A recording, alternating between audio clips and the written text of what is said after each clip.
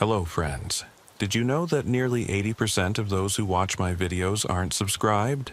If you enjoy the content, I'd truly appreciate it if you hit that subscribe button. It helps a lot. Also, don't forget to leave a like and share your thoughts in the comments. Your interaction not only supports the channel's growth, but also helps these stories reach more people. Thank you all for being here. By the way, where are you watching from? Let me know in the comments. As an FBI agent with 14 years of experience investigating some of the most heinous crimes imaginable, I believed that every case, no matter how complex or disturbing, had a logical explanation waiting to be uncovered through methodical investigation, forensic science, and good old-fashioned police work. I was catastrophically wrong. The Whitlock disappearance taught me that some mysteries burrow so deep into the darkest corners of human nature that they leave you questioning not just the nature of evil, but whether the people we trust to protect society are actually the ones orchestrating its destruction. My name is Special Agent Bartholomew Cross, and I've been working out of the Denver field office for 14 years, primarily handling missing persons cases that cross state lines and fall under federal jurisdiction. My clearance rate stands at 87%, and I've never had a case that couldn't be solved through conventional investigative methods. That record ended on November 23, 2018, at exactly 2:22 p.m., when my desk phone rang with a call that would fundamentally alter everything I believed about the depths of human depravity and the reach of organized evil in America. The caller was Commander Ezra Fleming from the Colorado State Police, a 30-year veteran whose voice carried the measured tone of someone who had seen every conceivable horror that humans could inflict upon one another. But today, there was something different in his voice, an edge of confusion and barely controlled terror that I'd never heard from such an experienced officer. Later, I would learn that Fleming had requested early retirement within a week of this phone call, citing health reasons. But I suspect the real reason was that he had seen something that shattered his faith in humanity. "Agent Cross, we need federal assistance immediately," he said without preamble, and I could hear the strain in his voice as if he was fighting to keep his composure. "We have a situation involving a missing elderly couple from out of state, but what we've discovered suggests something much worse than a simple disappearance. This is organized, professional, and so calculated that it makes my skin crawl. I've been a cop for 30 years, Agent Cross, and I've never seen anything like this." I grabbed my standard-issue notebook and started writing, my pen creating the first entry in what would become the most disturbing and complex case file of my career. A file that now sits in a locked cabinet in my basement, because there are some things that shouldn't be accessible to anyone who isn't prepared to lose sleep for the rest of their lives. "Give me the details, Commander." Thaddeus and Evangeline Whitlock, ages 73 and 71 respectively, from Kansas City, Missouri. They were on a driving vacation through Colorado, staying at small-town bed and breakfasts, taking scenic routes, the kind of retirement trip couples dream about their entire working lives. They checked into the Millfield Mountain Inn 3 days ago and were supposed to check out yesterday morning. When they didn't show up for breakfast, the owner went to their room and found... He paused, and I could hear him taking a deep breath. "Agent Cross, I've seen homicide scenes, drug violence, domestic abuse cases that would make your stomach turn. But this room... There's something fundamentally wrong with what happened in that room." Millfield was a small tourist town about 180 miles north of Denver, the kind of place that survived on seasonal visitors who came to enjoy the mountain scenery and small-town charm.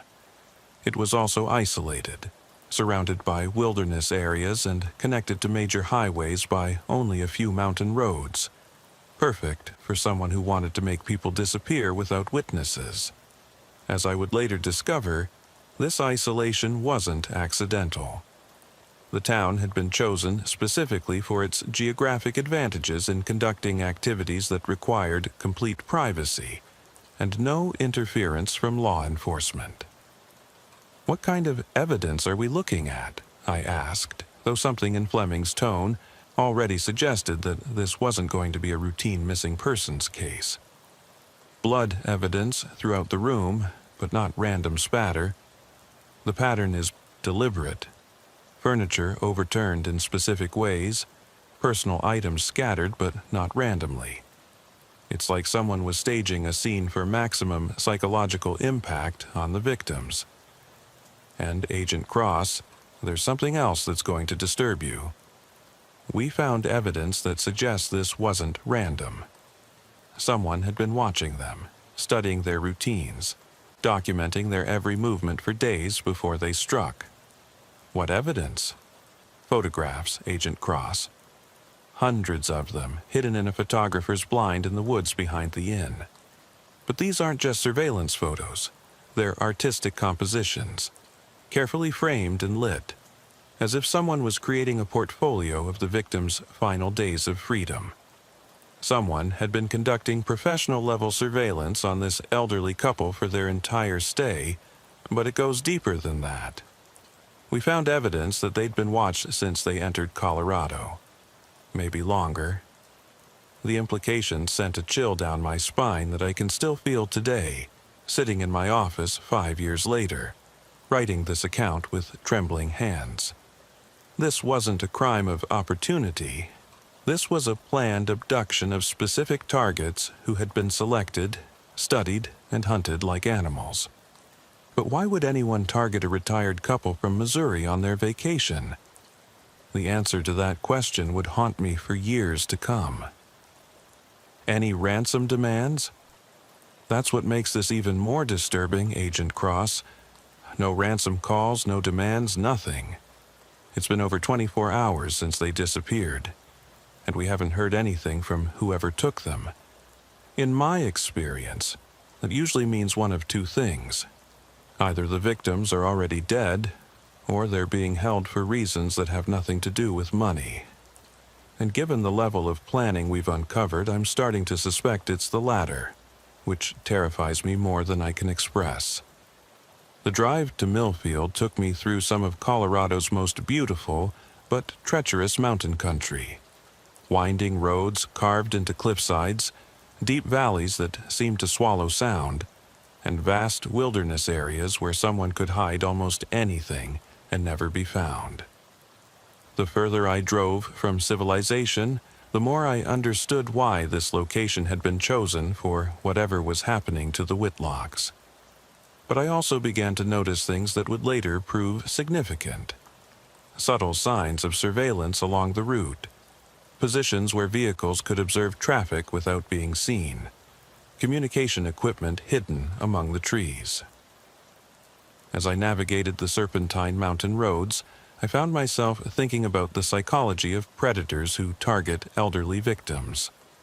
Unlike crimes against younger victims, which are often motivated by robbery, sexual assault, or other immediate gratifications, crimes against the elderly usually involve different motivations. The perceived helplessness of the victims, the satisfaction of exerting complete power over those who can't fight back, or sometimes the systematic exploitation of individuals whose society has essentially forgotten about. But the level of planning described by Commander Fleming suggested something even more sinister. Predators who derived as much satisfaction from the psychological aspects of the hunt as from whatever they planned to do with their captured prey. But there was something else troubling me as I drove through those isolated mountains. Every few miles, I would pass what appeared to be maintenance or utility vehicles parked at scenic overlooks or rest areas. The drivers always looked away when I passed, and I noticed that the vehicles had unusually sophisticated antenna arrays for routine maintenance work. Someone was coordinating activities in these mountains, and they had the resources to maintain professional-level communications and surveillance networks. This wasn't the work of isolated criminals. This was organized, well-funded, and sophisticated in ways that made my blood run cold. Millfield itself was a picturesque mountain town that looked like it had been designed for postcards and tourism brochures. Victorian-era buildings housed quaint shops and restaurants. Tree-lined streets were perfect for evening strolls, and the surrounding mountains provided a dramatic backdrop that drew photographers from around the world. But beneath the scenic charm, there was an underlying tension that I could feel as soon as I arrived. The way people looked at strangers, the way conversations stopped when outsiders approached, the subtle signs of a community that was hiding something important. The locals I spoke with during my initial reconnaissance described a community that prided itself on being safe and welcoming to tourists. Crime was virtually non-existent.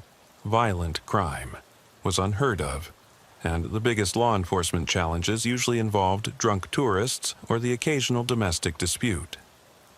But as I talked to more people, I began to notice inconsistencies in their stories, gaps in timelines, reluctance to discuss certain topics, and a strange uniformity in their responses that suggested they had been coached on what to say to law enforcement. "We've never had anything like this happen here," Martha Cordelia, the owner of the local diner, told me when I stopped for lunch. But her eyes darted nervously around the restaurant as she spoke, and I noticed that she kept glancing toward a table in the corner, where a man in an expensive suit was eating alone while typing on a laptop. People come here to get away from the violence and crime of the big cities. The fact that someone could be out there in our woods, watching and waiting to hurt innocent people, makes me wonder if anywhere is safe anymore. But when I asked her about the man in the suit, her demeanor changed immediately. She became defensive, claimed he was just a businessman passing through, and quickly excused herself to attend to other customers. When I tried to approach the man directly, he closed his laptop, left money on the table, and walked out of the restaurant without making eye contact. I followed him outside, but he had vanished as if he had never been there. His rental car, a black sedan with tinted windows and government plates, was gone, leaving only the faint smell of expensive cologne and the unsettling feeling that I was being watched by invisible eyes. The Millfield Mountain Inn was a beautifully restored Victorian mansion that had been converted into a bed and breakfast, the kind of place that appeared in travel magazines and romantic getaway advertisements.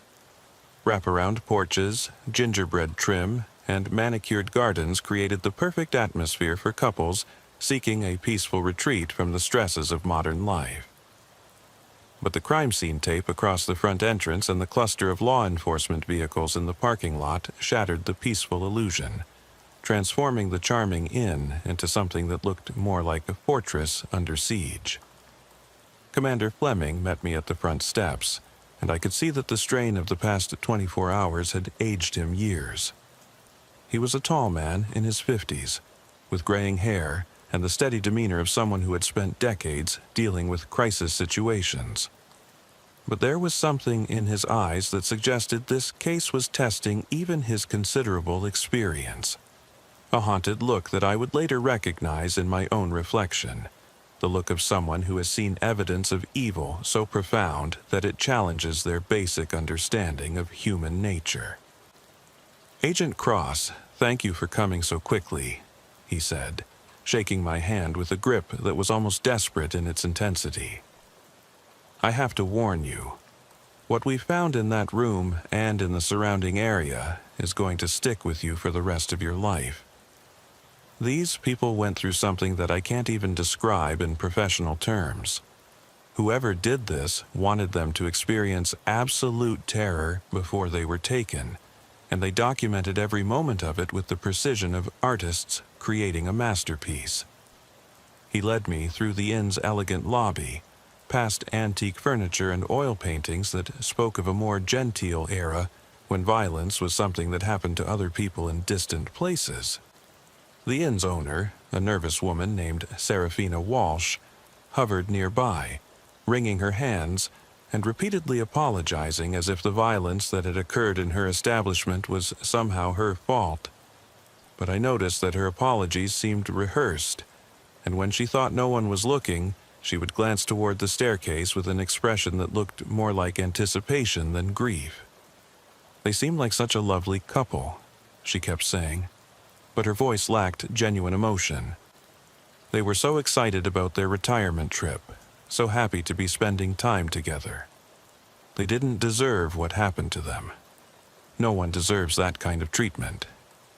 But when I asked her for specific details about the Whitlocks' behavior, their conversations, or their daily routines, she claimed to remember very little, despite having told other officers that she had spent considerable time talking with them about their travel plans. Room 237 was on the second floor, overlooking the inn's gardens and the mountains beyond. Under normal circumstances, it would have been the perfect room for a romantic getaway. Spacious, elegantly furnished, with a private balcony that offered stunning views of the surrounding wilderness. But the crime scene inside transformed it into something from a nightmare. A tableau of violence so carefully orchestrated that it felt more like a theatrical production than a random criminal act. Blood spatter on the floral wallpaper told the story of violence that had erupted suddenly, but had been carefully controlled and directed. Furniture was overturned in specific patterns that suggested the attackers had been following a predetermined plan rather than simply overwhelming their victims through brute force. The contents of suitcases were scattered across the floor, but not randomly. Personal items had been arranged in deliberate patterns that seemed designed to maximize the psychological impact on the victims who would have been forced to watch their most treasured possessions being violated and destroyed. But it was the photographic evidence we found that truly disturbed me. Hidden cameras had been installed throughout the room, so well concealed that even our forensics team had difficulty locating them. These cameras had recorded everything that happened in the room for the previous 3 days, creating a detailed record of the Whitlocks' final hours of freedom. The recordings, which I've seen only once and refuse to watch again, showed the systematic psychological torture of 2 innocent people who had never harmed anyone in their long lives. "The blood belongs to both victims," Commander Fleming explained as we examined the scene, his voice barely above a whisper. "Mr. Whitlock appears to have fought back initially. There are defensive wounds consistent with his blood near the door, but the pattern suggests he was quickly overwhelmed and restrained, forced to watch while they terrorized his wife. Mrs. Whitlock's blood is concentrated near the bed, but not in patterns consistent with fatal injuries. They were keeping her alive, conscious, and aware of everything that was happening to her husband." Time frame? Based on when they were last seen in the dining room and when housekeeping discovered the scene, we're looking at a window between 10 p.m. and 6 a.m. But the blood evidence, the condition of the room, and the recording equipment suggest they were held here for several hours, possibly the entire night, before being transported elsewhere. They weren't killed here, Agent Cross. They were processed here, prepared for whatever came next. "Any witnesses?" "That's part of what's so disturbing about this case," Fleming replied, his eyes not meeting mine. "The inn only had 3 other occupied rooms that night, and none of the guests reported hearing anything unusual. But Agent Cross, we've tested the acoustics of this building. Even with the solid construction and thick walls, screams from this room should have been audible throughout the second floor.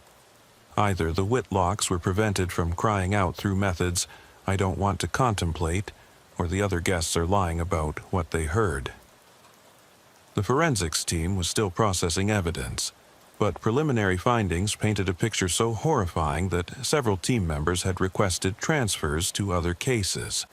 The attackers had come prepared with professional-grade restraints, medical supplies for keeping victims conscious but compliant, and sophisticated communication equipment for coordinating with Confederates at remote locations. This wasn't random violence. It was a carefully planned operation conducted by people who had extensive experience in capturing, transporting, and processing human victims for purposes that none of us wanted to consider. The restraints were military-grade, the lead forensics technician explained, his hands shaking as he showed me the evidence. The kind used for prisoner transport in combat situations. The medical supplies include drugs that would keep victims conscious but unable to resist effectively.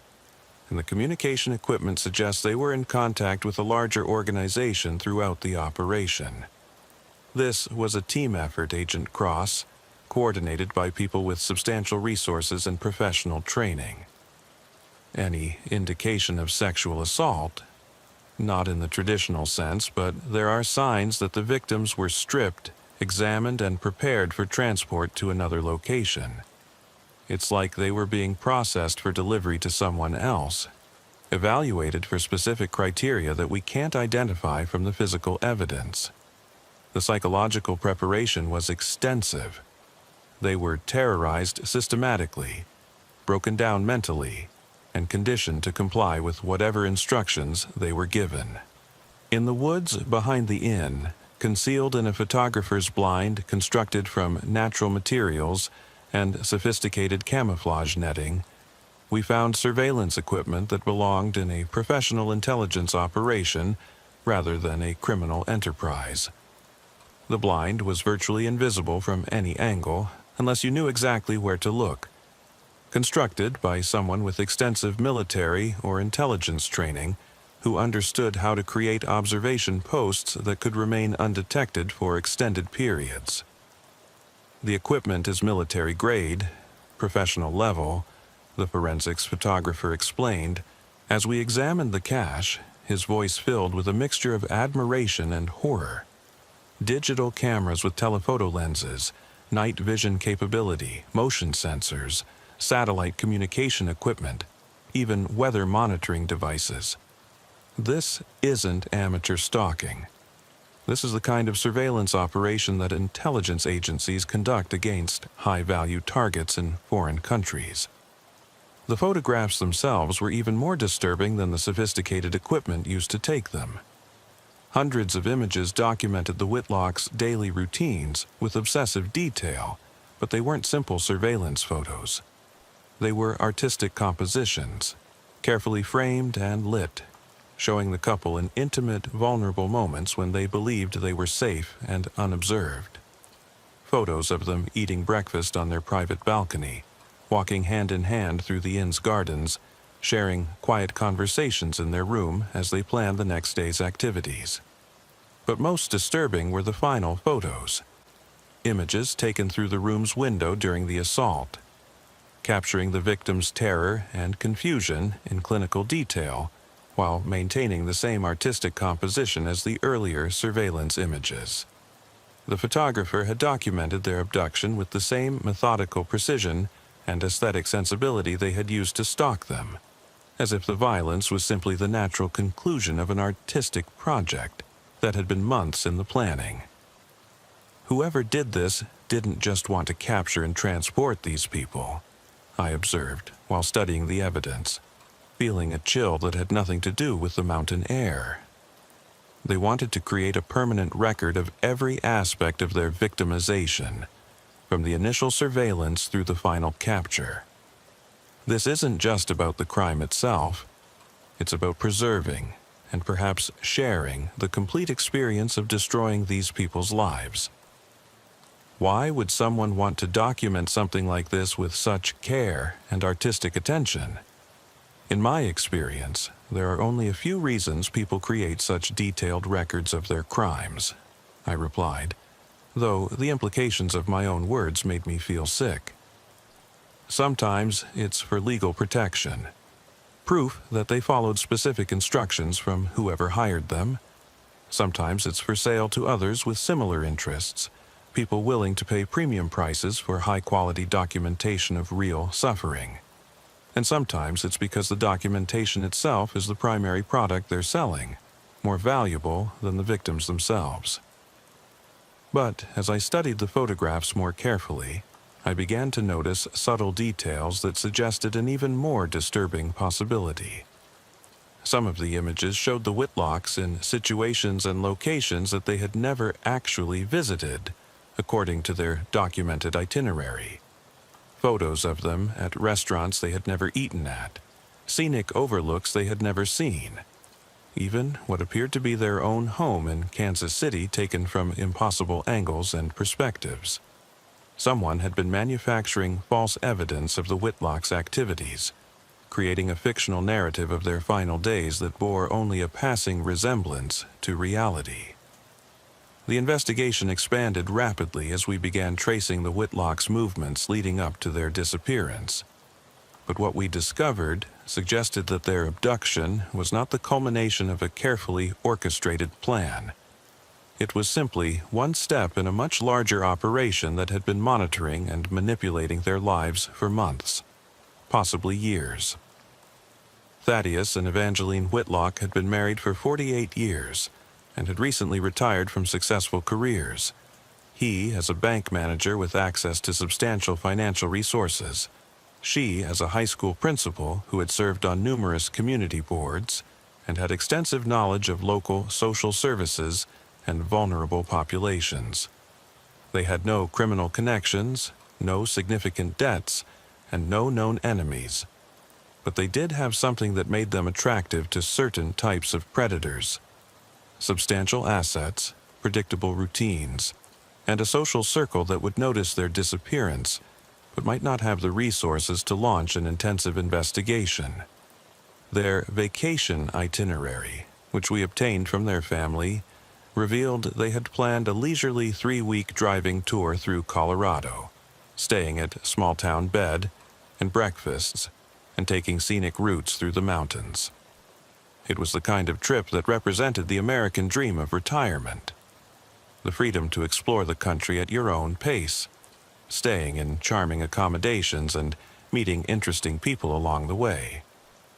But as we traced their route more carefully, we discovered that their itinerary had been subtly modified during their trip, with suggestions from helpful locals and inn owners who directed them toward increasingly isolated locations.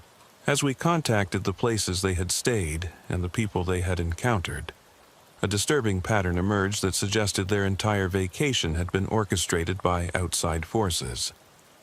Every location they had visited during their trip had been the site of unusual incidents in the weeks leading up to their arrival. Break-ins at hotels where nothing was stolen but security systems were mysteriously disabled. Reports of suspicious individuals asking detailed questions about elderly guests and their travel plans. Unexplained technical problems with communication systems that would have prevented victims from calling for help. Someone had been preparing a route for them across multiple states, I reported to SAC Patricia Whitmore during my evening briefing, my voice betraying the exhaustion and growing horror I felt as the scope of the operation became clear. This wasn't opportunistic predation. The Whitlocks were specifically targeted months ago, and an entire network of people guided them along a predetermined path that led directly to their capture. Every person they trusted, every recommendation they followed, every decision they thought they were making independently was actually part of a plan designed by people who viewed them as nothing more than valuable assets to be harvested.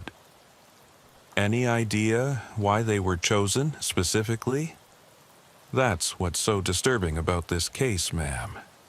On the surface, they fit a profile that would make them attractive to various types of predators: physically vulnerable, financially secure, socially isolated during travel, following predictable routines. But the level of planning and resources involved suggests this is part of something much larger than simple opportunistic crime. Someone invested considerable time, money, and personnel in capturing these specific individuals, which suggests they have value beyond their immediate assets. But it was the financial investigation that revealed the true scope of what we were dealing with. The Whitlocks had been making unusual financial transactions for months before their vacation, withdrawing cash in amounts that were just below federal reporting requirements and transferring money to accounts that they claimed were for travel expenses but which led to offshore banking systems that specialized in hiding the sources and destinations of large financial transactions. When we examined their bank records more carefully, we discovered that they had been receiving subtle financial incentives to make specific travel choices, discounts on accommodations that were only available if they stayed at certain locations, travel insurance policies that required them to follow predetermined routes, even gasoline credit card promotions that encouraged them to stop at specific service stations along their journey.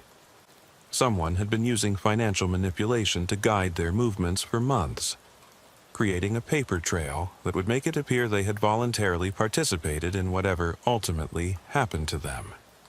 The financial manipulation is sophisticated and extensive.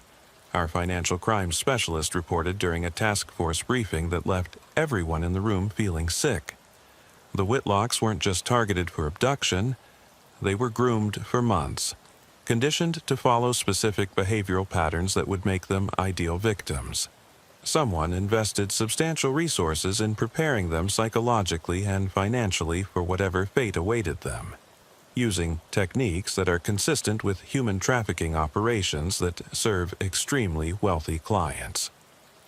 But it was the discovery we made in the third week of the investigation that revealed the true horror of what the Whitlocks had encountered. A hiker in a remote area of Wyoming discovered what appeared to be a hastily buried cache of personal belongings, but not just random items stolen from victims. These were carefully curated collections: personal photographs, jewelry with sentimental value, handwritten letters and documents that would have deep emotional significance to the original owners.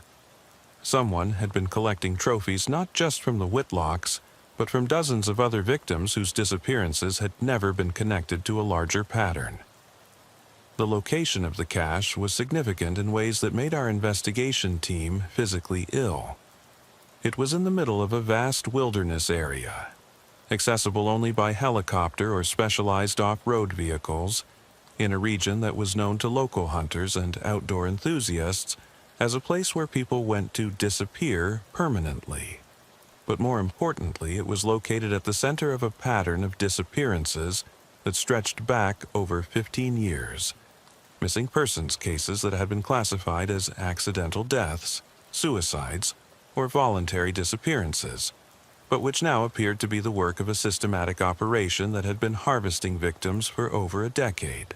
Hidden among the personal belongings, wrapped in waterproof materials and sealed in military-grade containers, we found detailed documentation of a criminal enterprise that operated with the efficiency of a legitimate business and the resources of a government agency. Client lists, service menus, pricing structures, and operational protocols for the systematic capture, processing, and disposal of human victims who had been selected based on specific criteria that made them ideal for the entertainment of wealthy clients who paid premium prices for access to helpless captives. This device was feeding real-time location and biometric data to a central coordination system, our technical specialist explained as we examined GPS tracking devices that had been surgically implanted in multiple victims. It's military-grade equipment, the kind used for monitoring high-value assets in combat zones. Someone with access to advanced surveillance technology has been treating these people like livestock, tracking their movements, monitoring their health, and coordinating their capture with precision that would be impressive if it weren't so absolutely horrifying. But the GPS data revealed something even more disturbing than systematic surveillance. It showed that many of the tracked individuals had continued transmitting signals for months after their supposed deaths or disappearances, indicating that they were being held at a central location where their vital signs and locations were continuously monitored.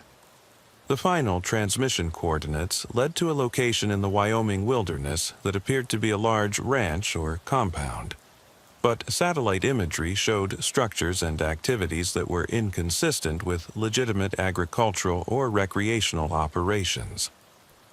"We need to get eyes on that location immediately," I told the expanded task force during our emergency briefing. "If the GPS data is accurate, we're looking at a facility that may be holding dozens of victims who have been declared dead, but are actually being held captive. This isn't just about the Whitlocks anymore. We may be looking at the largest human trafficking operation in U.S. history. The ranch was located on over 2,000 acres of remote Wyoming wilderness, officially owned by a consortium of shell corporations with connections to offshore banking systems and international business networks that specialized in facilitating activities that required absolute privacy and legal protection. The property was surrounded by federal wilderness areas and private ranches owned by wealthy individuals who valued privacy above all else, creating a buffer zone where unusual activities could be conducted without observation or interference from local law enforcement. Satellite imagery revealed a compound that looked more like a military installation than a recreational facility.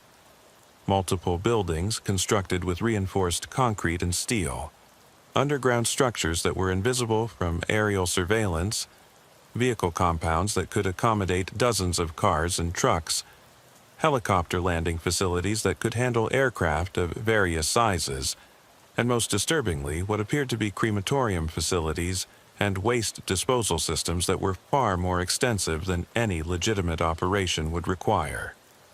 This isn't just a criminal enterprise, I observed, while studying the aerial photographs with growing horror. This is a business operation that has been designed to process large numbers of people with complete efficiency and absolute security.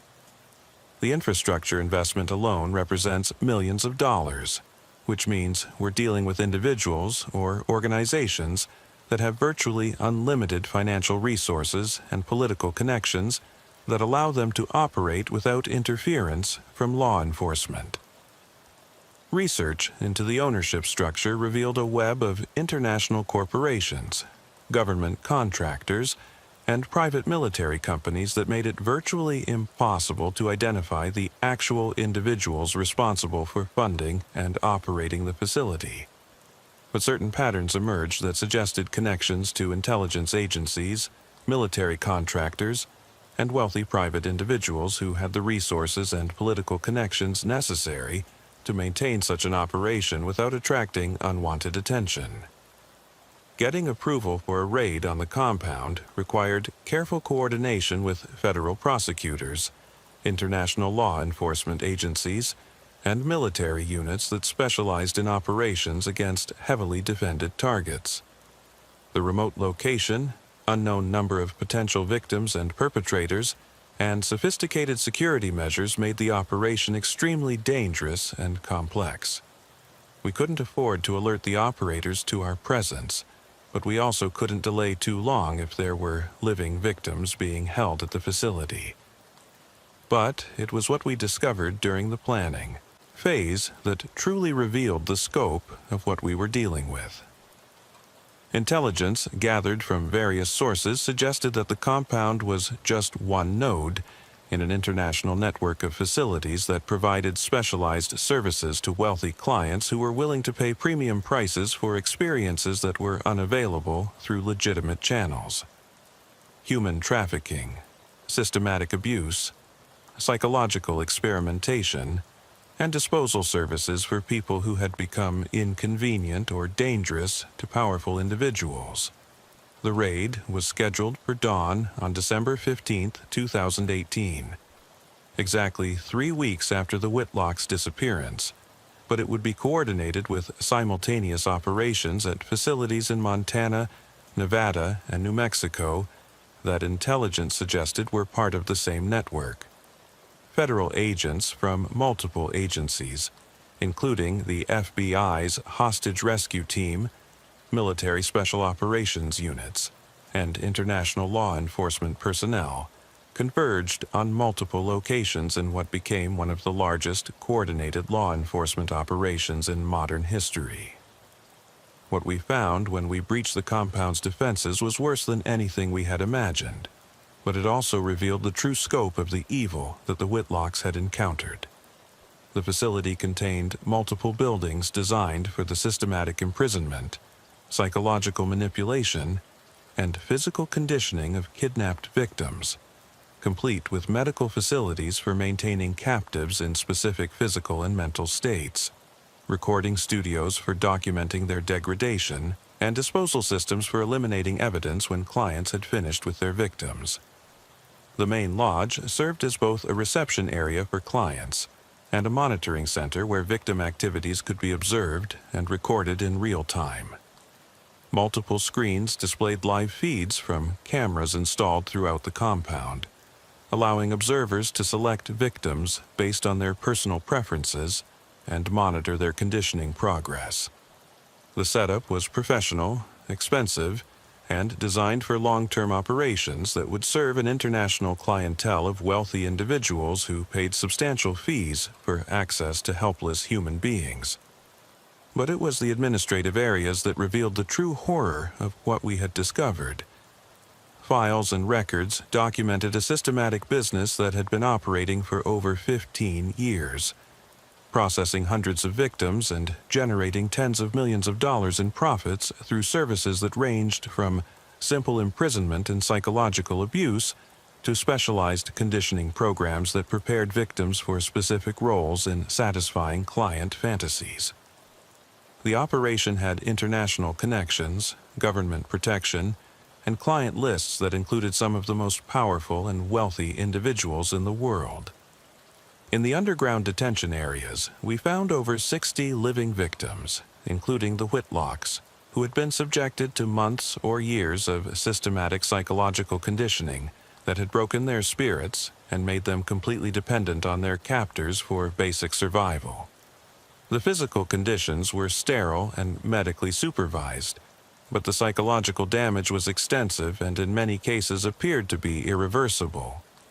These people had been systematically dehumanized, trained to view themselves as property rather than human beings, and conditioned to serve whatever purposes their clients might require. Thaddeus Whitlock was barely recognizable as the confident retired bank manager who had set out on a vacation with his beloved wife.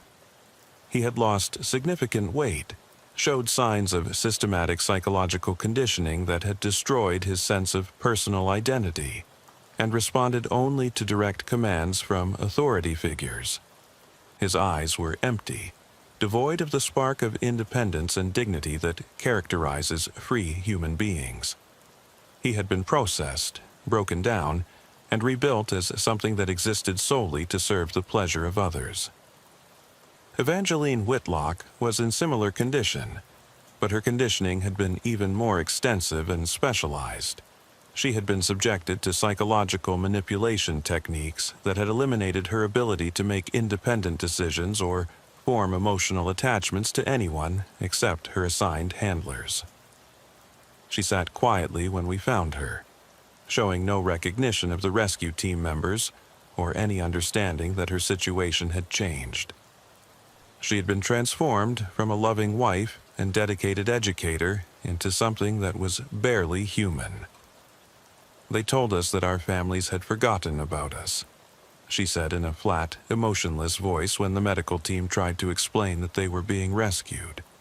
They showed us proof that no one was looking for us anymore, that we had been declared dead and our assets had been distributed to our heirs.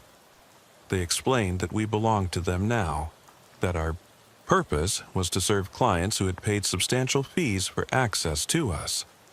They were very kind about explaining our new situation. The medical team that responded to the scene reported that all of the survivors showed signs of systematic psychological conditioning that had been designed not just to make them compliant, but to fundamentally alter their sense of identity and purpose.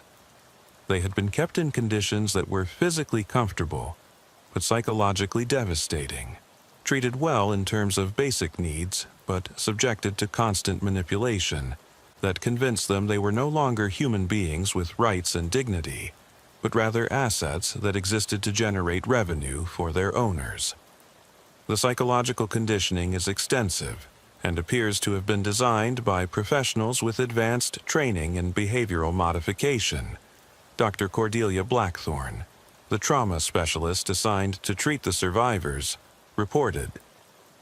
These people have been subjected to sophisticated brainwashing techniques that were designed to eliminate their sense of personal identity and replace it with complete dependence on their captors.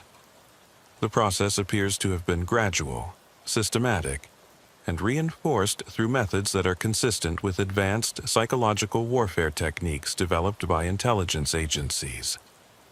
But it was the evidence we collected from the compound's administrative areas that revealed the full scope of the criminal enterprise and its connections to powerful individuals and organizations throughout the world. Detailed records documented not just the systematic abuse of hundreds of victims, but the involvement of government officials, corporate executives, entertainment industry figures, and other wealthy individuals who had paid substantial fees for access to specific victims or specialized services.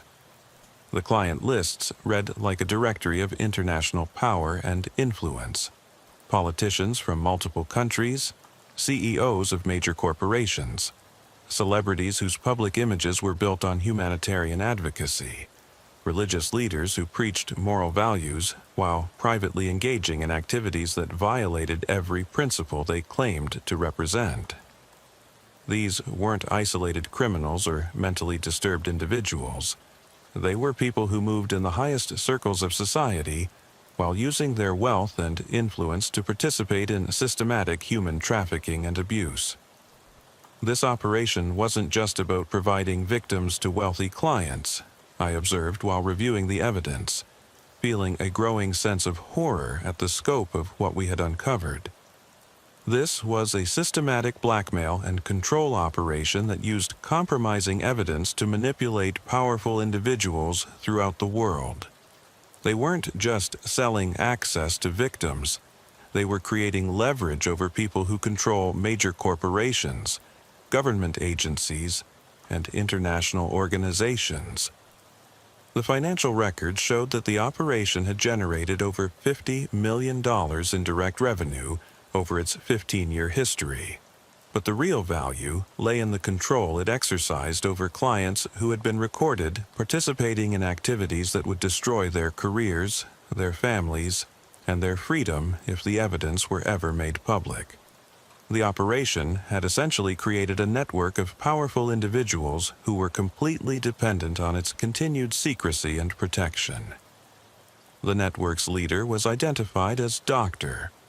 Marcus Grimwood, a former military psychologist who had been involved in developing psychological conditioning techniques for intelligence agencies before being discharged for conducting unauthorized experiments on prisoners and detainees. He had spent years developing and refining methods for systematic psychological manipulation and control, knowledge that he had monetized through his criminal operation while maintaining connections to government agencies and international organizations that found his techniques useful for their own purposes. Dr. Grimwood viewed this as a legitimate research operation that happened to generate substantial profits, Agent Stern explained, after conducting extensive interviews with him following his arrest. He had convinced himself that he was advancing human knowledge about psychological conditioning and control, while providing valuable services to clients who were willing to pay premium prices for experiences that couldn't be obtained through conventional channels. To him, the victims weren't human beings. They were research subjects and entertainment assets that served important purposes in his grand experiment. But perhaps most disturbing was Grimwood's complete lack of recognition that his victims were human beings deserving of basic dignity and respect. During his interrogation, he discussed his operations in purely clinical terms, describing the systematic destruction of human personalities as if he were discussing agricultural techniques or manufacturing processes. He showed detailed charts and graphs documenting the psychological breakdown of his victims, proud of his ability to reduce complex human beings to controllable assets within predetermined timeframes. These individuals were living unproductive lives anyway, he said, when confronted with evidence of his crimes, his voice carrying the tone of someone explaining obvious facts to slow students. Retirement is simply a biological and economic inefficiency, people consuming resources without generating corresponding value. We provided them with purpose by making them useful components in important research, while simultaneously generating revenue that funded further advancement of psychological science. Our clients paid premium prices because they understood the value of participating in groundbreaking research. You systematically destroyed the minds and identities of innocent people for money, I responded, struggling to maintain professional objectivity in the face of such casual dehumanization. We operated a successful research enterprise that identified and efficiently utilized undervalued human resources, he replied with the calm confidence of someone who had rationalized his actions over many years. The subjects were maintained in optimal physical condition, while their psychological responses were studied and documented. The data we collected will advance human understanding of behavioral modification in ways that conventional research could never achieve. Our clients weren't just purchasing entertainment experiences. They were contributing to scientific advancement while enjoying the satisfaction of participating in important work. What you accomplished was the systematic torture and dehumanization of hundreds of innocent people. What we accomplished was the development of the most advanced psychological conditioning techniques in human history, with practical applications for education, therapy, criminal rehabilitation, and social control. The temporary discomfort experienced by our research subjects was insignificant compared to the long-term benefits that our discoveries will provide to human civilization. History will vindicate our methods when the full value of our research becomes apparent. The investigation into the network's client base revealed connections that reached into the highest levels of government, corporate leadership, and international organizations. Financial records obtained through federal warrants and international cooperation agreements showed payments totaling hundreds of millions of dollars, flowing from accounts belonging to individuals whose names appeared regularly in newspapers, whose decisions affected the lives of millions of people, and whose public images were built on reputations for moral leadership and humanitarian concern. These aren't mentally ill individuals who lost control of their impulses, Federal Prosecutor Silas Ashworth explained during the coordination meetings for what would become the largest prosecution in modern history. These are calculating criminals who use their wealth, influence, and political connections to participate in systematic human trafficking while maintaining public reputations as pillars of society.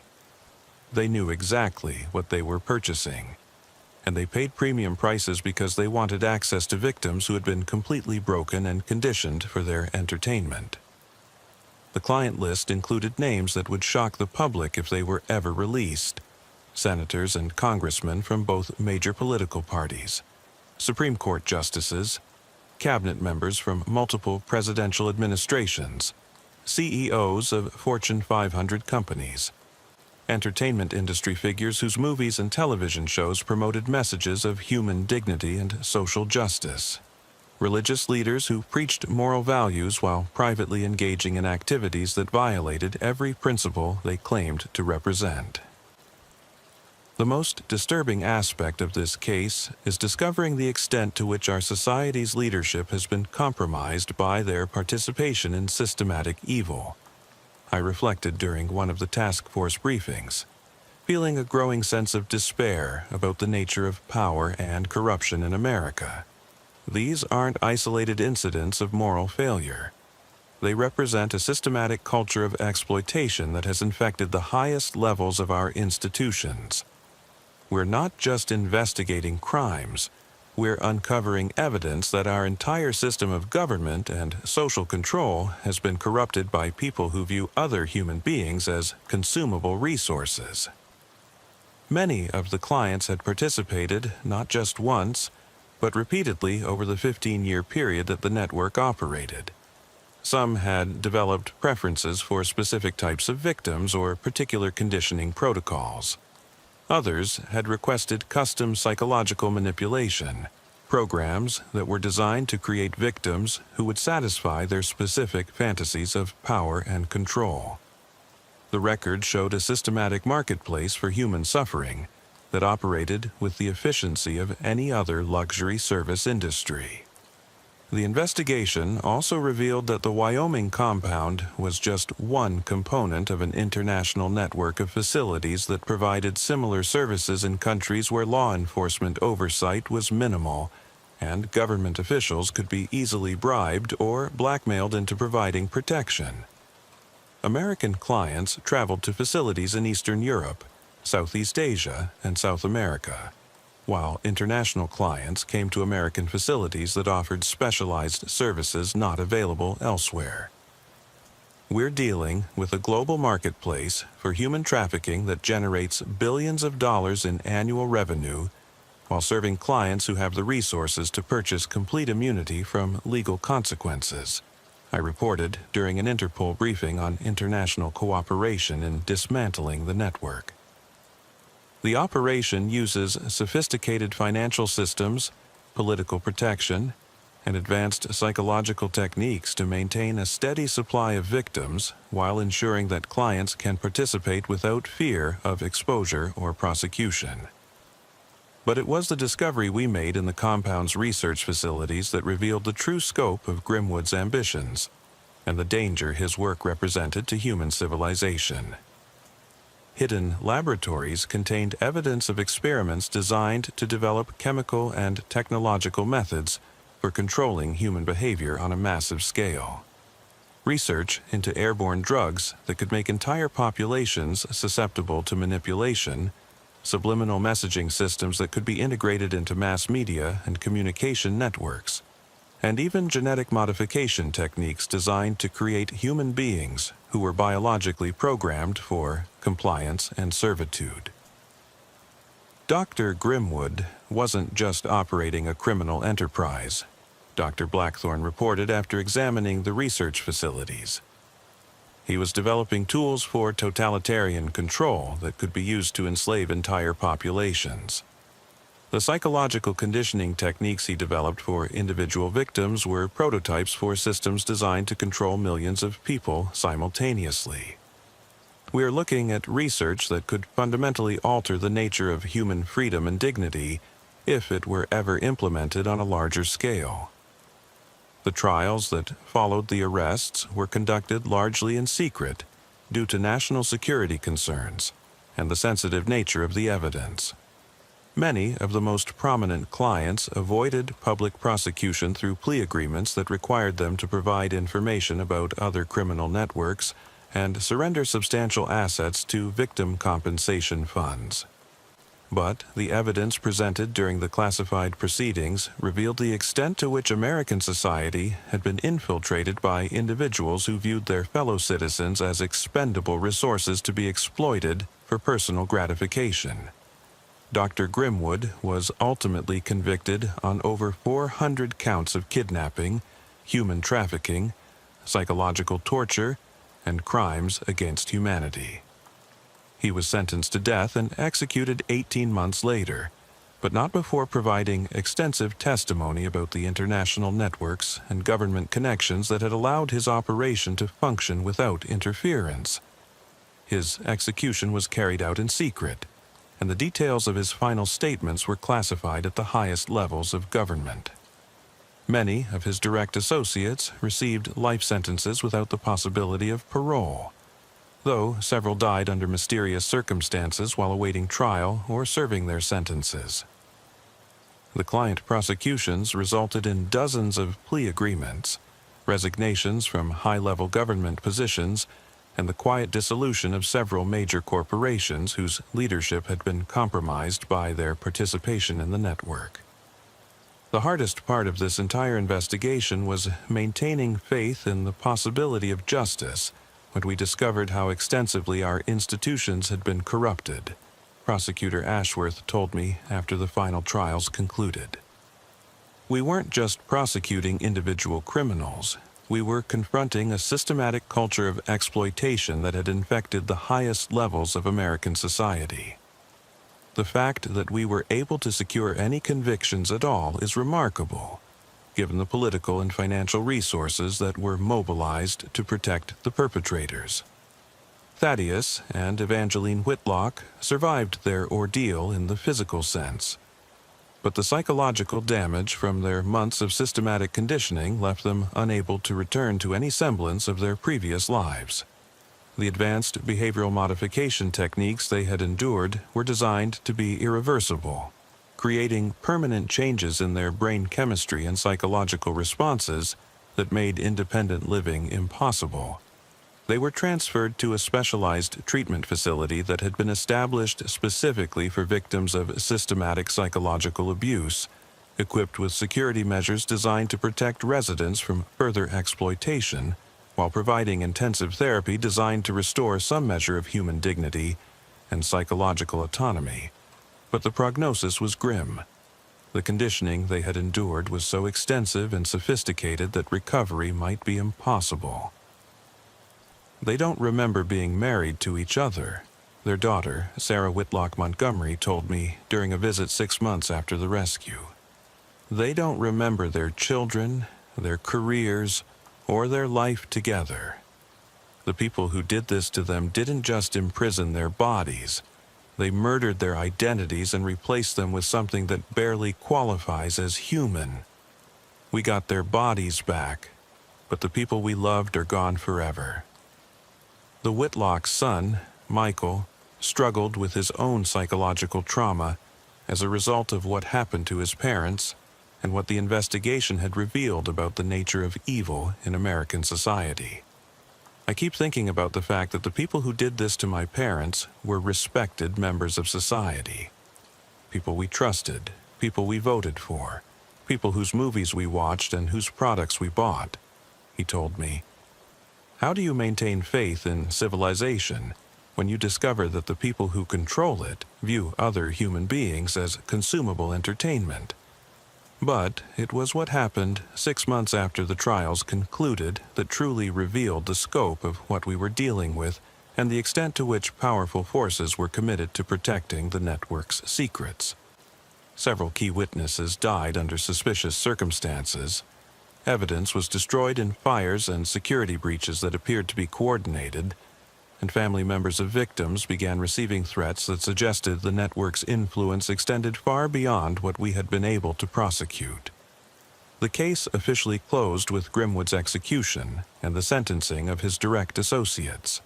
But I knew that we had only exposed a small fraction of a criminal enterprise that had roots throughout American society and international connections that made complete elimination impossible. Every missing persons report involving vulnerable individuals now carried the possibility that we were dealing with a network that had learned from our investigation and adapted its methods to avoid future detection. The demand for victims that Grimwood's network served hasn't disappeared, Agent Stern observed during our final case review. The clients are still out there, the financial resources are still available, and the corruption that allowed the network to operate for 15 years without detection is still embedded in our institutions. We disrupted one operation, but the market forces that created it are still active. But it was the phone call I received 3 months after the case officially closed that confirmed my worst fears about the true scope of what we were dealing with. I was working late in my office when my phone rang at exactly 2:22 a.m., the same time that Commander Fleming had called to report the Whitlocks' disappearance. The voice on the other end was electronically disguised, but the message was clear and terrifying. "Agent Cross, you performed admirably in dismantling Dr. Grimwood's operation, but you should understand that his work was just one component of a much larger enterprise. The research he conducted, the techniques he developed, and the networks he established have been preserved and will continue under new management. The clients you identified represent only a small fraction of the individuals who require the services we provide." "Who is this?" I demanded, though I already knew that the caller would not provide any identifying information. Someone who appreciates your dedication to justice, but wants you to understand the futility of your efforts. The network you discovered has been operating in various forms for over a century, serving clients whose wealth and influence allow them to indulge interests that ordinary people would find incomprehensible. Dr. Grimwood was talented but ultimately dispensable. His successors are more careful, better connected, and completely beyond your reach. If you think we're going to stop investigating, we don't expect you to stop, Agent Cross. We expect you to understand the limitations of your authority and the consequences of exceeding those limitations. Your investigation has already revealed more than certain parties find acceptable. Future discoveries might prove hazardous to your health and the safety of your family. The line went dead, but the caller's words echoed in my mind for hours afterward. I had been naive to think that arresting Grimwood and prosecuting his associates would end the network's operations. We had disrupted one component of a criminal enterprise that was larger, older, and more deeply embedded in American society than I had imagined possible. Over the following months, I began to notice subtle changes in my work environment and personal life that suggested I was under constant surveillance. My cases were reassigned without explanation, my security clearances were mysteriously delayed for renewal, and my requests for information about ongoing investigations into related networks were denied without justification. It became clear that powerful forces were working to limit my involvement in any activities that might threaten the network's continued operations. But it was the discovery I made while reviewing old case files that revealed the true scope of the conspiracy I had stumbled into. Buried in decades of missing persons reports, unsolved murders, and unexplained disappearances was a pattern that stretched back to the 1950s. Systematic targeting of vulnerable individuals whose disappearances could be explained as accidents, suicides, or voluntary departures from society. The network hadn't been operating for 15 years. It had been harvesting victims for over 70 years, adapting its methods to changing social conditions while maintaining connections to the highest levels of government and corporate power. The evidence was subtle but consistent. Missing persons cases that were closed prematurely despite incomplete investigations, witness testimony that was ignored or suppressed, physical evidence that disappeared from storage facilities, and family members who were discouraged from pursuing further investigation through methods that ranged from financial incentives to outright intimidation. Someone had been using law enforcement agencies, government resources, and media influence to facilitate the systematic disappearance of American citizens for nearly 3/4 of a century. 6 months after my investigation officially ended, I received a package at my home address with no return address or identifying information.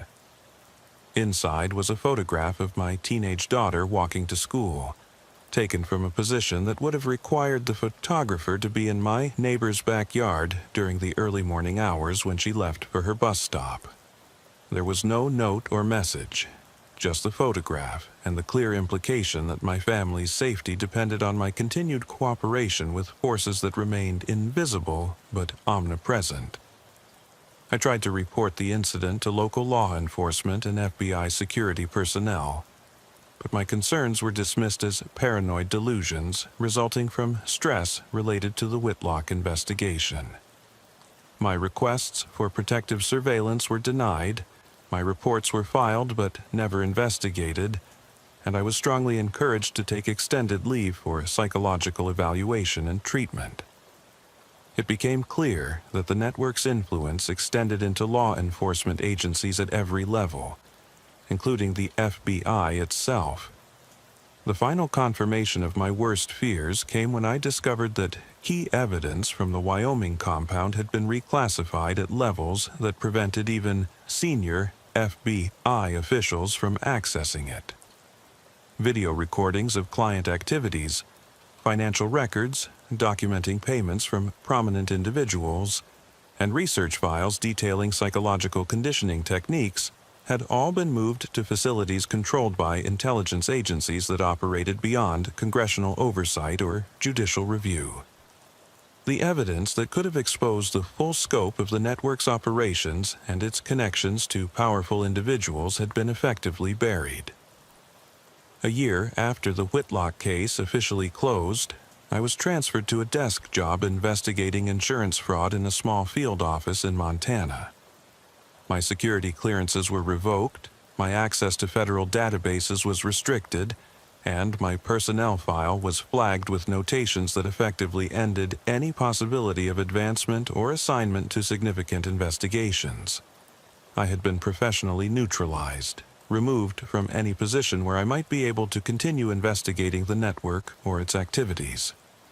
But it was the call I received last week that confirmed that my investigation into the Whitlock disappearance had only revealed the surface of something far more horrifying than I had imagined.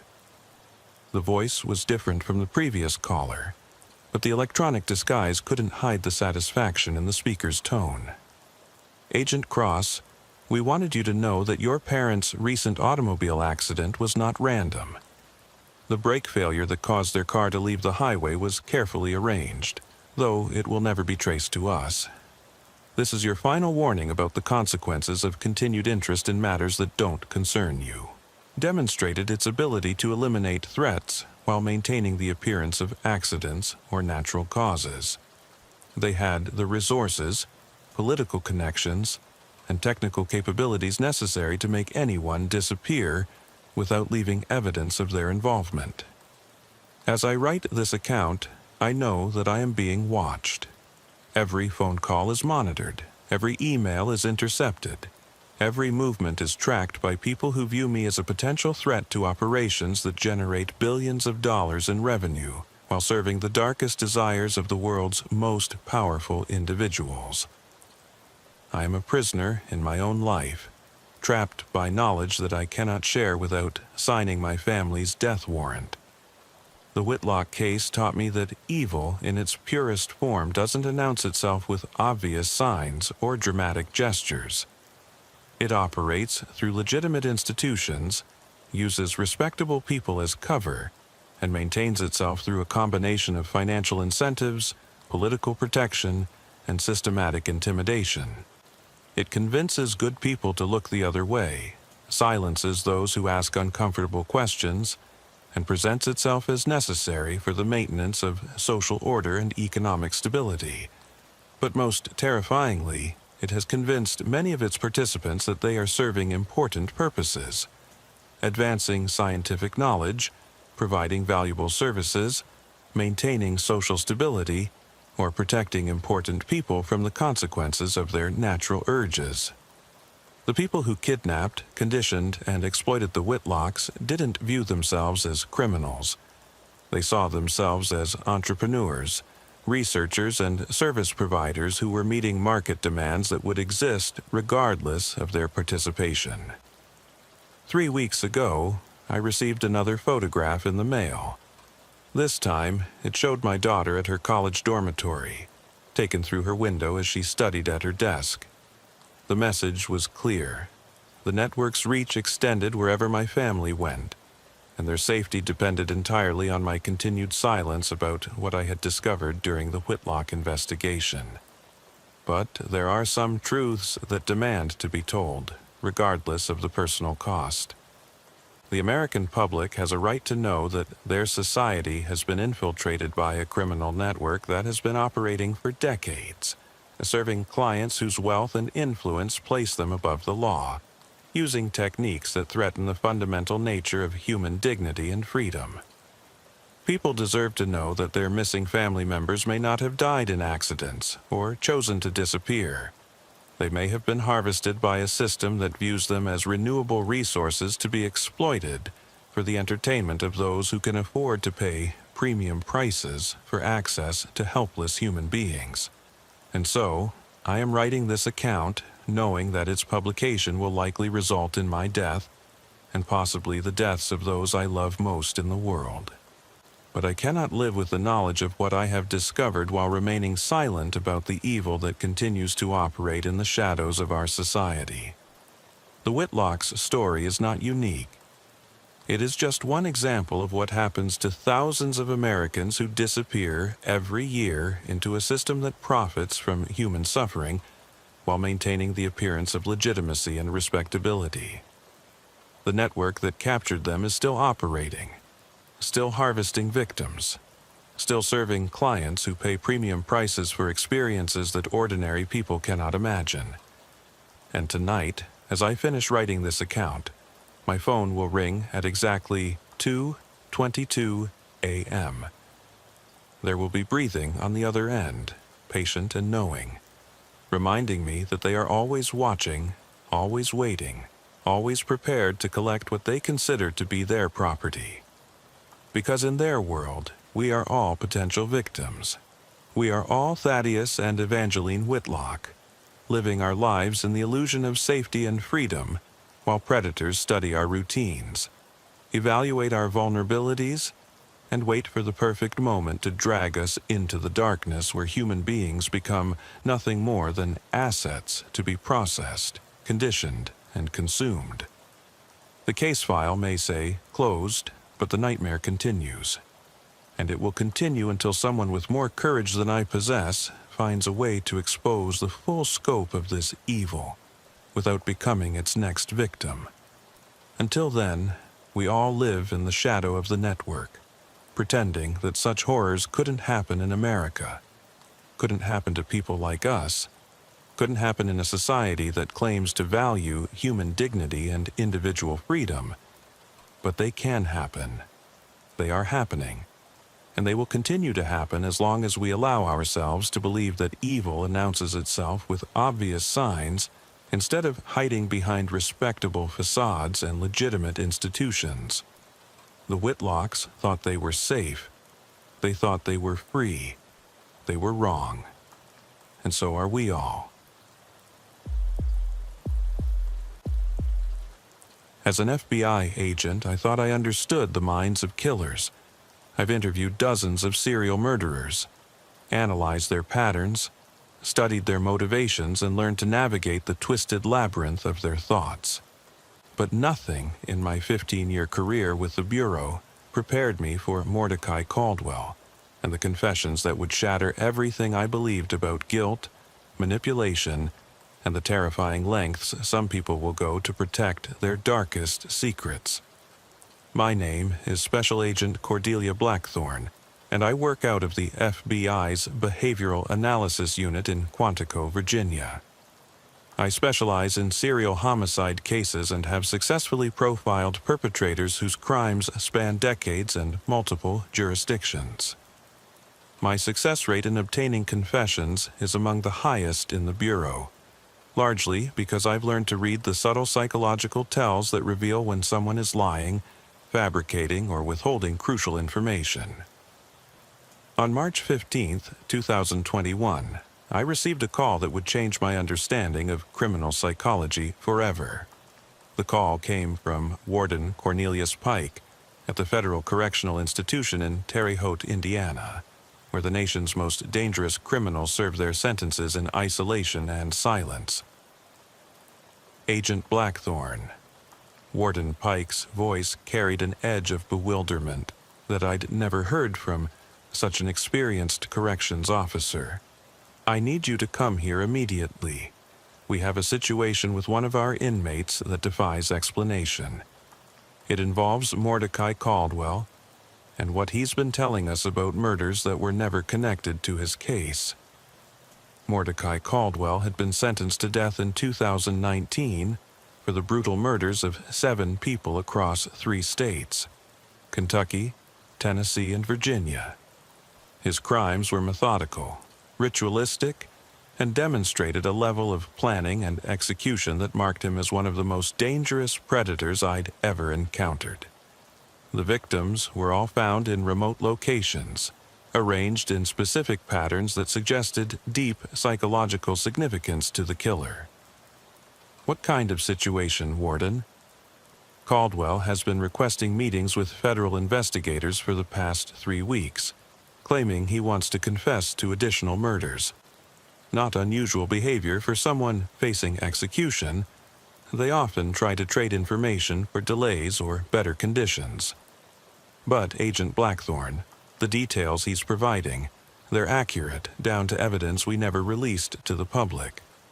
Evidence from cases that were never connected to his original prosecution. I felt that familiar tightening in my stomach that accompanies the beginning of a complex case. How many additional murders is he claiming? 43, Agent Blackthorne, spanning 15 states and going back 27 years. But here's what's really disturbing.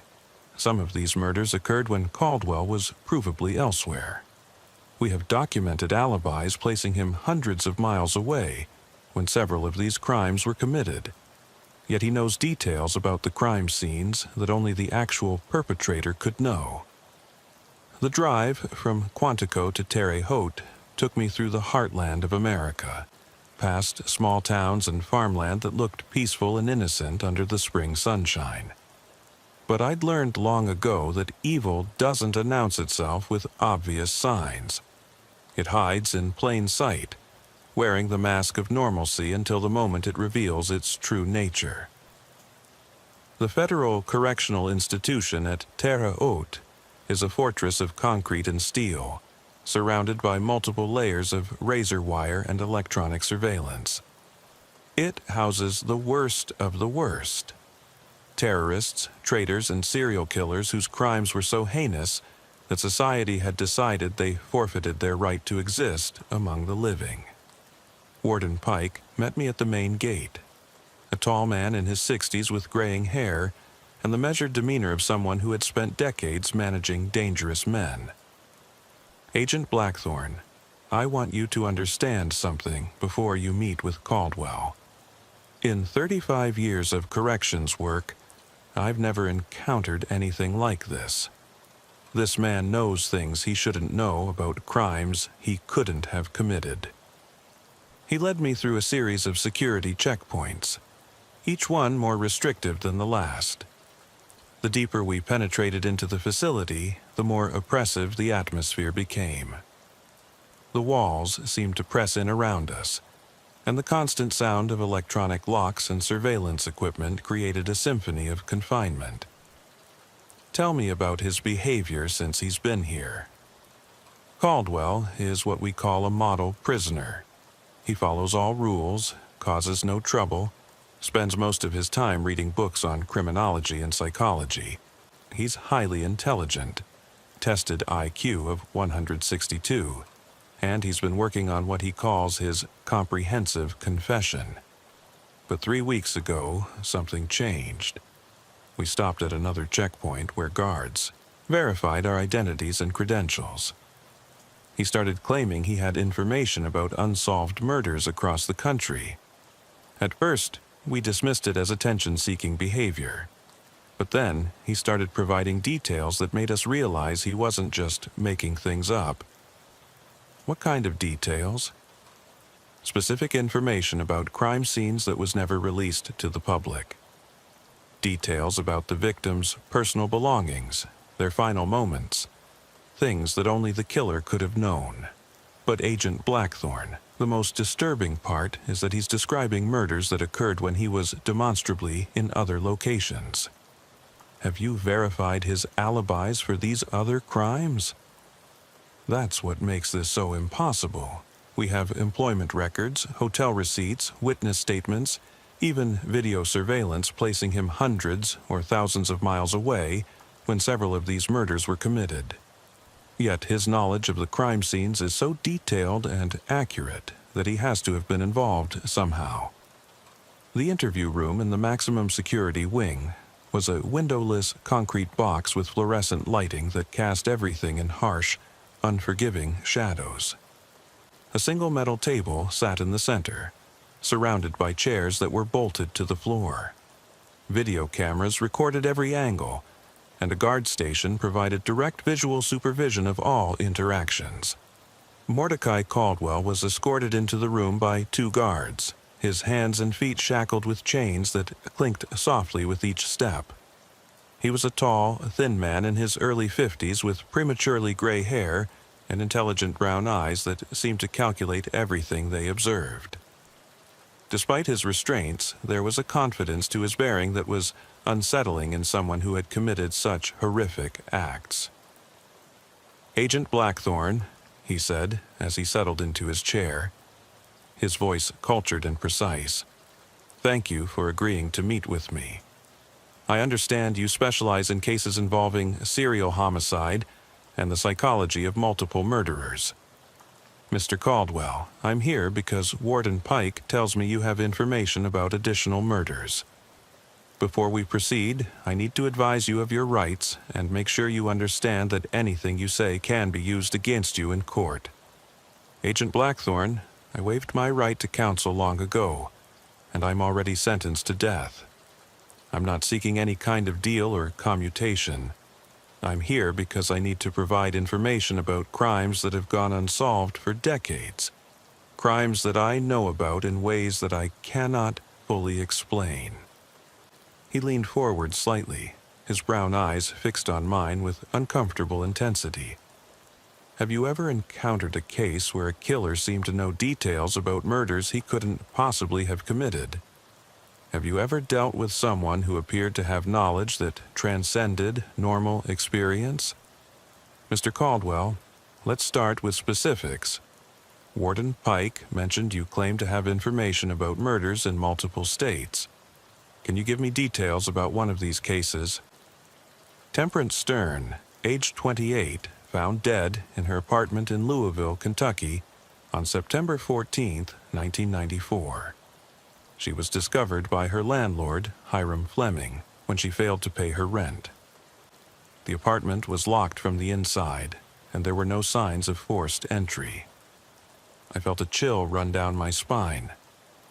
The Temperance Stern case was indeed from 1994, but it had never been connected to Caldwell's known crimes. In fact, it had never been definitively classified as a homicide due to the lack of obvious evidence of foul play. "How do you know about this case?" "I killed her, Agent Blackthorne. But not in the way you might think. I never physically entered that apartment. Never touched that woman, never spoke to her. Yet I am as responsible for her death as if I had strangled her with my own hands." Caldwell's voice remained calm and factual, as if he were reciting a case study rather than describing a murder.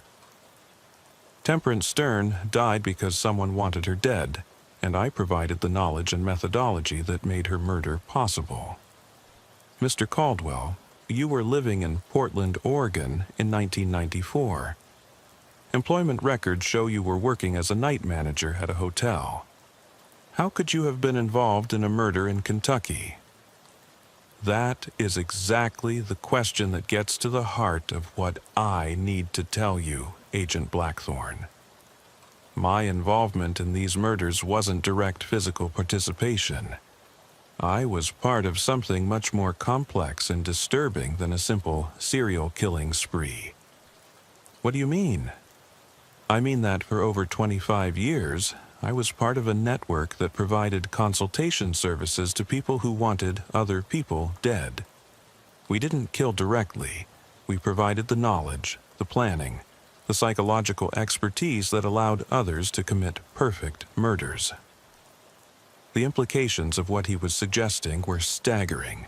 If Caldwell was telling the truth, he was describing a criminal consulting network that helped people commit murder with impunity. But the idea seemed so far-fetched that I struggled to take it seriously. "You're claiming you were part of a murder-for-hire network?" "Not murder for hire in the traditional sense, Agent Blackthorne. We didn't accept contracts to kill specific targets. We provided educational services to individuals who had their own reasons for wanting people dead. We taught them how to plan murders that would appear to be accidents, suicides, or natural deaths. And you're saying Temperance Stern was killed by someone you trained?" "Someone I provided detailed consultation to, yes. The client was her ex-husband, who stood to inherit a substantial life insurance payout if she died. He contacted our network through encrypted channels, explained his situation, and requested assistance in planning what would appear to be a natural death. Caldwell leaned back in his chair, his chains rattling softly. I spent 3 weeks studying Temperance Stern's routines, her medical history, her living situation, her psychological profile. Then I developed a plan that would allow her ex-husband to kill her in a way that would never be detected by law enforcement. What was the plan? Temperance suffered from severe asthma and relied on prescription inhalers to manage her condition. Her ex-husband still had a key to her apartment from when they were married. The plan was for him to replace her emergency inhaler with one that had been sabotaged to deliver a concentrated dose of allergens that would trigger a fatal asthma attack. And you believe this plan was executed?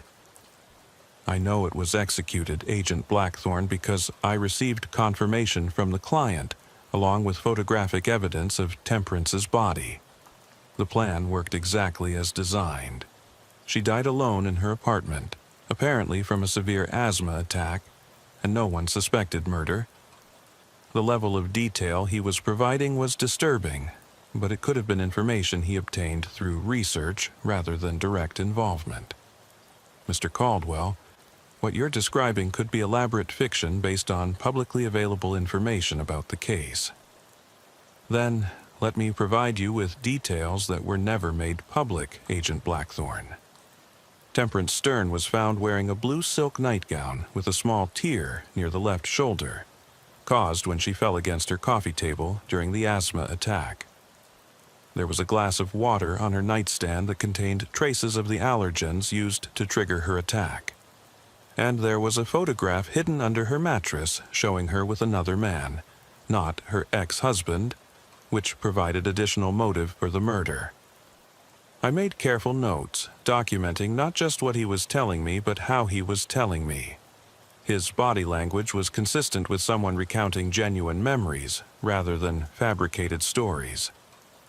There were none of the usual tells that indicated deception. No eye movement patterns suggesting construction of false details, no hesitation or inconsistency in his narrative.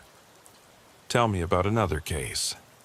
Constance Pike, age 19, college student at the University of Tennessee, found dead in her dormitory room on March 3, 1997. The official cause of death was determined to be suicide by drug overdose, but it was actually murder staged to look like suicide. Again, I felt that familiar chill. The Constance Pike case was from my early years with the Bureau, and I remembered it as a college suicide that had been investigated and closed.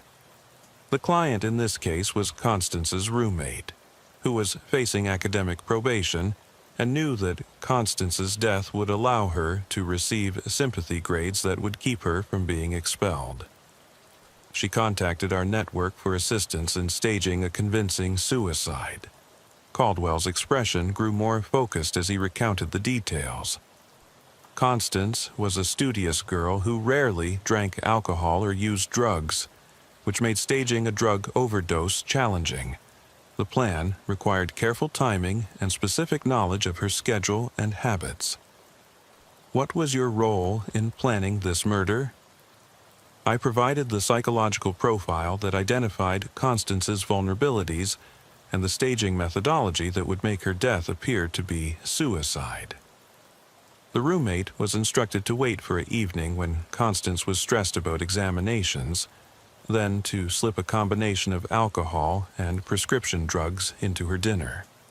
And you believe this plan was successfully executed? I know it was, Agent Blackthorne. Constance Pike died exactly as planned, and her death was ruled suicide by local authorities. The roommate received the sympathy grades she needed and graduated with honors the following year. What evidence supports your claim that this was murder rather than suicide? Constance was left-handed, but the suicide note was written with her right hand, a detail that was noted in the police report but dismissed as irrelevant. There were also injection marks on her inner arm where the drugs were administered, but they were attributed to possible intravenous drug use despite the fact that no drug paraphernalia was found in her room. Over the next 4 hours, Mordecai Caldwell proceeded to confess involvement in 41 additional murders, spanning from 1994 to 2018. Each confession was methodical, detailed, and included information that had never been released to the public. He knew the exact methods used, the motives of the clients, the specific staging techniques employed, and details about crime scenes that only someone with intimate knowledge could have provided. But more disturbing than the accuracy of his information was the consistency of his story about the Murder Consultation Network. According to Caldwell, the organization had been operating for over 30 years, providing planning and methodology services to individuals who wanted to kill people without being detected. "Agent Blackthorne," he said as our interview session neared its end, "I need you to understand something crucial about these confessions. I'm not seeking attention or attempting to delay my execution. I'm providing you with information about a criminal enterprise that has been responsible for hundreds of murders across multiple decades. If this network exists, why are you revealing its operations now? Because the network was dissolved 3 years ago, when several key members died or were arrested on unrelated charges. The organization no longer poses a threat to my safety, and my own execution date means I have nothing left to lose by revealing its existence. How did you become involved with this network?" I was recruited during graduate school while pursuing a doctorate in criminal psychology. My dissertation research focused on methods for committing undetectable murders, and my academic advisor introduced me to individuals who were interested in practical applications of my theoretical work. "Who was your academic advisor?" "Dr. Silas Grimwood, professor of criminology at the University of Chicago. He had been secretly affiliated with the Murder Consultation Network for over 20 years and identified promising graduate students who might be suitable for recruitment." "And you agreed to participate in this network?" "Initially, I thought I was participating in legitimate academic research on criminal methodology. Dr. Grimwood presented it as a theoretical exercise designed to help law enforcement understand how sophisticated criminals might operate. It wasn't until later that I realized my consultations were being used to actually commit murders." "When did you realize what was really happening?" "About 2 years after I began providing consultations, I started receiving follow-up reports on the cases I had worked on. The reports included newspaper clippings about the deaths, police reports, and sometimes even crime scene photographs. That's when I understood that real people were dying based on plans I had developed." "Why didn't you stop at that point?" "By then, I was too deeply involved to withdraw safely. The network had documented evidence of my participation, and they made it clear that revealing their operations would result in my own death. I was trapped in a system that I had entered naively and couldn't escape without severe consequences." That evening, I began the painstaking process of verifying Caldwell's claims. I contacted law enforcement agencies across 15 states requesting case files for murders that matched his descriptions. What I discovered over the following weeks would challenge everything I thought I knew about organized crime and criminal consultation services. Every detail Caldwell had provided was accurate. Every crime scene description matched the actual evidence. Every victim's name, age, and circumstances aligned perfectly with unsolved cases that had languished in police files for years or decades. But most disturbing of all was the pattern that began to emerge as I analyzed the crimes he was describing. They weren't random murders committed by different killers. They showed consistent methodology and planning that suggested the work of a single consulting organization that had refined its techniques over decades of operation. The organization that Caldwell was describing was far more sophisticated and dangerous than any criminal enterprise I had encountered. They had successfully helped hundreds of people commit murder without detection, turning assassination into a consulting service that operated like a legitimate business. I returned to Terre Haute 1 week later with a team of federal agents and criminal analysts. We needed to conduct more detailed interviews with Caldwell and attempt to verify his claims about the murder consultation network. "Mr. Caldwell," I said as we began our second session, "I verified the accuracy of the information you provided. Every detail you shared about those crime scenes was correct. Now, I need you to help me understand how this network operated and who else was involved." Agent Blackthorne, the network was structured like a legitimate consulting business. We had clients who submitted requests for services, consultants who developed customized solutions, and administrators who managed communications and payments. The only difference was that our service was planning undetectable murders. How did clients contact the network? Through encrypted channels on the dark web. Potential clients would submit detailed descriptions of their situations and their desired outcomes. The network would evaluate the requests and determine whether to accept the consultation contracts. What criteria determined whether a request was accepted?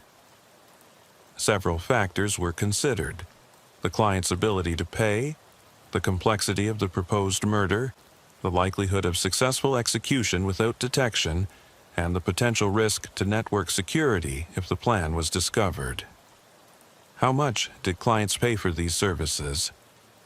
Fees ranged from $50,000 for simple cases to over $200,000 for complex situations that required extensive planning and specialized knowledge.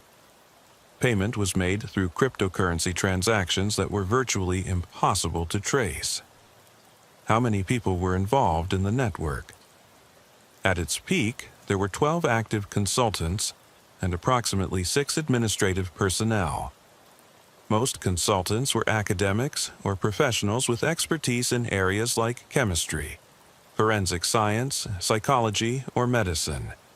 The administrators handled communications, financial transactions, and security protocols. Who ran the network? The operational leader was a man known only as the director. I never learned his real identity, and I suspect that even the senior administrators didn't know who he actually was. All communications were conducted through encrypted channels, and we never met in person. How did the network recruit new members? Recruitment was primarily through academic channels. Graduate students and professionals who published research on topics related to criminal methodology were identified and approached by existing network members. The recruitment process was gradual and carefully managed to avoid suspicion. Were you involved in recruiting other members? Over the years, I identified several individuals who might be suitable for recruitment, but I was never directly involved in the recruitment process itself. That was handled by senior network members who had more experience in evaluating potential security risks. The investigation expanded rapidly as federal task forces were deployed to locations identified through Caldwell's testimony. What we discovered was evidence of a criminal enterprise that had operated with impunity for over 3 decades, providing murder consultation services to clients across the United States and internationally.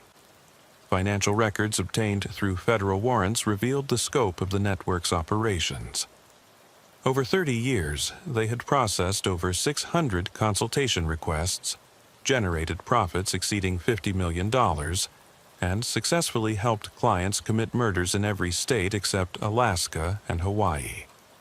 But perhaps most disturbing was the discovery that many of the network's clients were prominent members of society. Wealthy business executives, politicians, celebrities, and professionals who had used the service to eliminate rivals, spouses, or others who threatened their interests. The client list reads like a directory of American wealth and power. Federal prosecutor Prudence Ashworth explained during a briefing on the investigation's findings. We're dealing with murder as a tool of personal and professional advancement, used by people who had the resources to pay for the most sophisticated killing methods available. The network's methodology was extraordinarily sophisticated. Each consultation began with extensive research on the intended victim, including psychological profiling, routine analysis, relationship mapping, and vulnerability assessment. Based on this research, consultants would develop customized murder plans that were designed to appear as accidents, suicides, or natural deaths. The level of planning and attention to detail rivaled anything we've seen in legitimate consulting businesses. Agent Ephraim Blackwood from our Financial Crimes Division reported. They maintained detailed records of every consultation, tracked the success rates of different methodologies, and continuously refined their techniques based on client feedback and law enforcement responses. The network had also developed sophisticated security protocols that had allowed them to operate undetected for decades. All communications were encrypted. Payments were processed through multiple cryptocurrency exchanges, and members were compartmentalized so that no single person could compromise the entire organization. This wasn't just a criminal enterprise. It was a professional services firm that happened to specialize in murder, I observed while reviewing the evidence. They had quality control procedures, customer service protocols, and business development strategies that would be impressive in any legitimate industry. But the most chilling aspect of the investigation was discovering how many of the network's planned murders had been successfully executed without ever being detected as homicides. Police departments across the country were reopening cases that had been classified as accidents or natural deaths after discovering they matched patterns identified in the network's consultation records. We estimate that over 400 people died as a result of plans developed by this network, I reported to the federal task force investigating the case. Most of these deaths were never investigated as homicides because they appeared to be accidents or natural causes. The network's success rate in avoiding detection was over 90%. The man, identified as the director, was eventually traced to Dr. Silas Grimwood, the professor who had recruited Caldwell and served as the network's founder and operational leader for over 30 years. When federal agents arrested him at his university office, they found extensive records documenting the network's complete history and client database. Dr. Grimwood viewed murder as an intellectual challenge rather than a moral issue, Agent Blackwood reported after conducting his interrogation. He expressed pride in the network's success rate and showed no remorse for the hundreds of deaths that resulted from his consultations. To him, the victims were simply case studies in applied criminal methodology. Dr. Grimwood was ultimately convicted on conspiracy charges related to over 200 murders and was sentenced to life imprisonment without the possibility of parole. Most of the network's other members received lengthy prison sentences, though some were able to negotiate reduced terms in exchange for testimony against clients who had used the service. The investigation into the network's client base resulted in arrests and prosecutions across the country. Wealthy individuals who had paid for murder consultations found themselves facing charges for crimes they thought they had committed with complete impunity. Many of these cases attracted significant media attention due to the prominence of the defendants. The most shocking aspect of this case is discovering that murder has become a service industry for wealthy Americans who view killing as a business tool, Prosecutor Ashworth observed during one of the high-profile trials. These weren't crimes of passion or desperation. They were calculated business decisions made by people who could afford to pay for professional-grade assassination services. Mordecai Caldwell's cooperation with the investigation was instrumental in dismantling the murder consultation network and securing convictions against both its members and clients. His detailed testimony provided prosecutors with the evidence needed to prove conspiracy charges in cases where physical evidence was limited or non-existent. But Caldwell's own fate remained unchanged. Despite his cooperation with law enforcement, he was still scheduled for execution for the 7 murders he had committed independently of his network activities. His death sentence was carried out on October 15, 2021, exactly as originally scheduled. Mr. Caldwell's assistance in exposing this network saved countless lives and brought justice for hundreds of victims, I reflected during his final interview. But his cooperation couldn't erase the fact that he was directly responsible for 7 brutal murders that were committed for his own personal gratification rather than as part of network activities. "Agent Blackthorne," he said during our last conversation, "I want you to understand that my involvement in the consultation network began with intellectual curiosity about criminal methodology. But somewhere along the way, I became fascinated with the idea of actually implementing the plans I was developing rather than just theorizing about them. That's when you started killing independently. The network provided me with extensive knowledge about murder techniques, victim selection, and crime scene staging. Eventually, I decided to apply that knowledge for my own purposes rather than just serving as a consultant to paying clients. Do you regret your involvement in the network? I regret that so many people died as a result of plans I helped develop.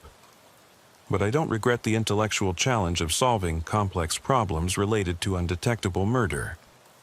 The work was intellectually stimulating in ways that legitimate academic research could never match. The execution proceeded as scheduled, ending Mordecai Caldwell's life but not the impact of his revelations about the murder consultation network. The investigation he made possible continued for months after his death, as federal agents worked to identify and prosecute the hundreds of individuals who had used the network's services. Caldwell's confessions opened the door to one of the most significant criminal investigations in FBI history, I reported to Congress during hearings on organized crime and professional assassination services. The network he exposed had successfully commercialized murder on a scale that we never imagined possible. The case also led to significant changes in how law enforcement agencies investigate suspicious deaths that appeared to be accidents or natural causes. New protocols were established for detecting signs of sophisticated murder staging, and training programs were developed to help investigators recognize patterns that might indicate professional assassination planning. The techniques developed by this network were so sophisticated that they fooled experienced investigators for decades, I explained during a training session at the FBI Academy. We need to fundamentally change how we approach death investigations to account for the possibility that what appears to be natural or accidental might actually be the result of professional murder consultation. 3 years after Caldwell's execution, law enforcement agencies continue to investigate cases that may have involved the murder consultation network. New evidence periodically surfaces that connects previously unsolved deaths to clients or methodologies identified in the network's records. The scope of this criminal enterprise was so vast that we may never identify all of its victims or prosecute all of its clients, I acknowledged during a recent case review.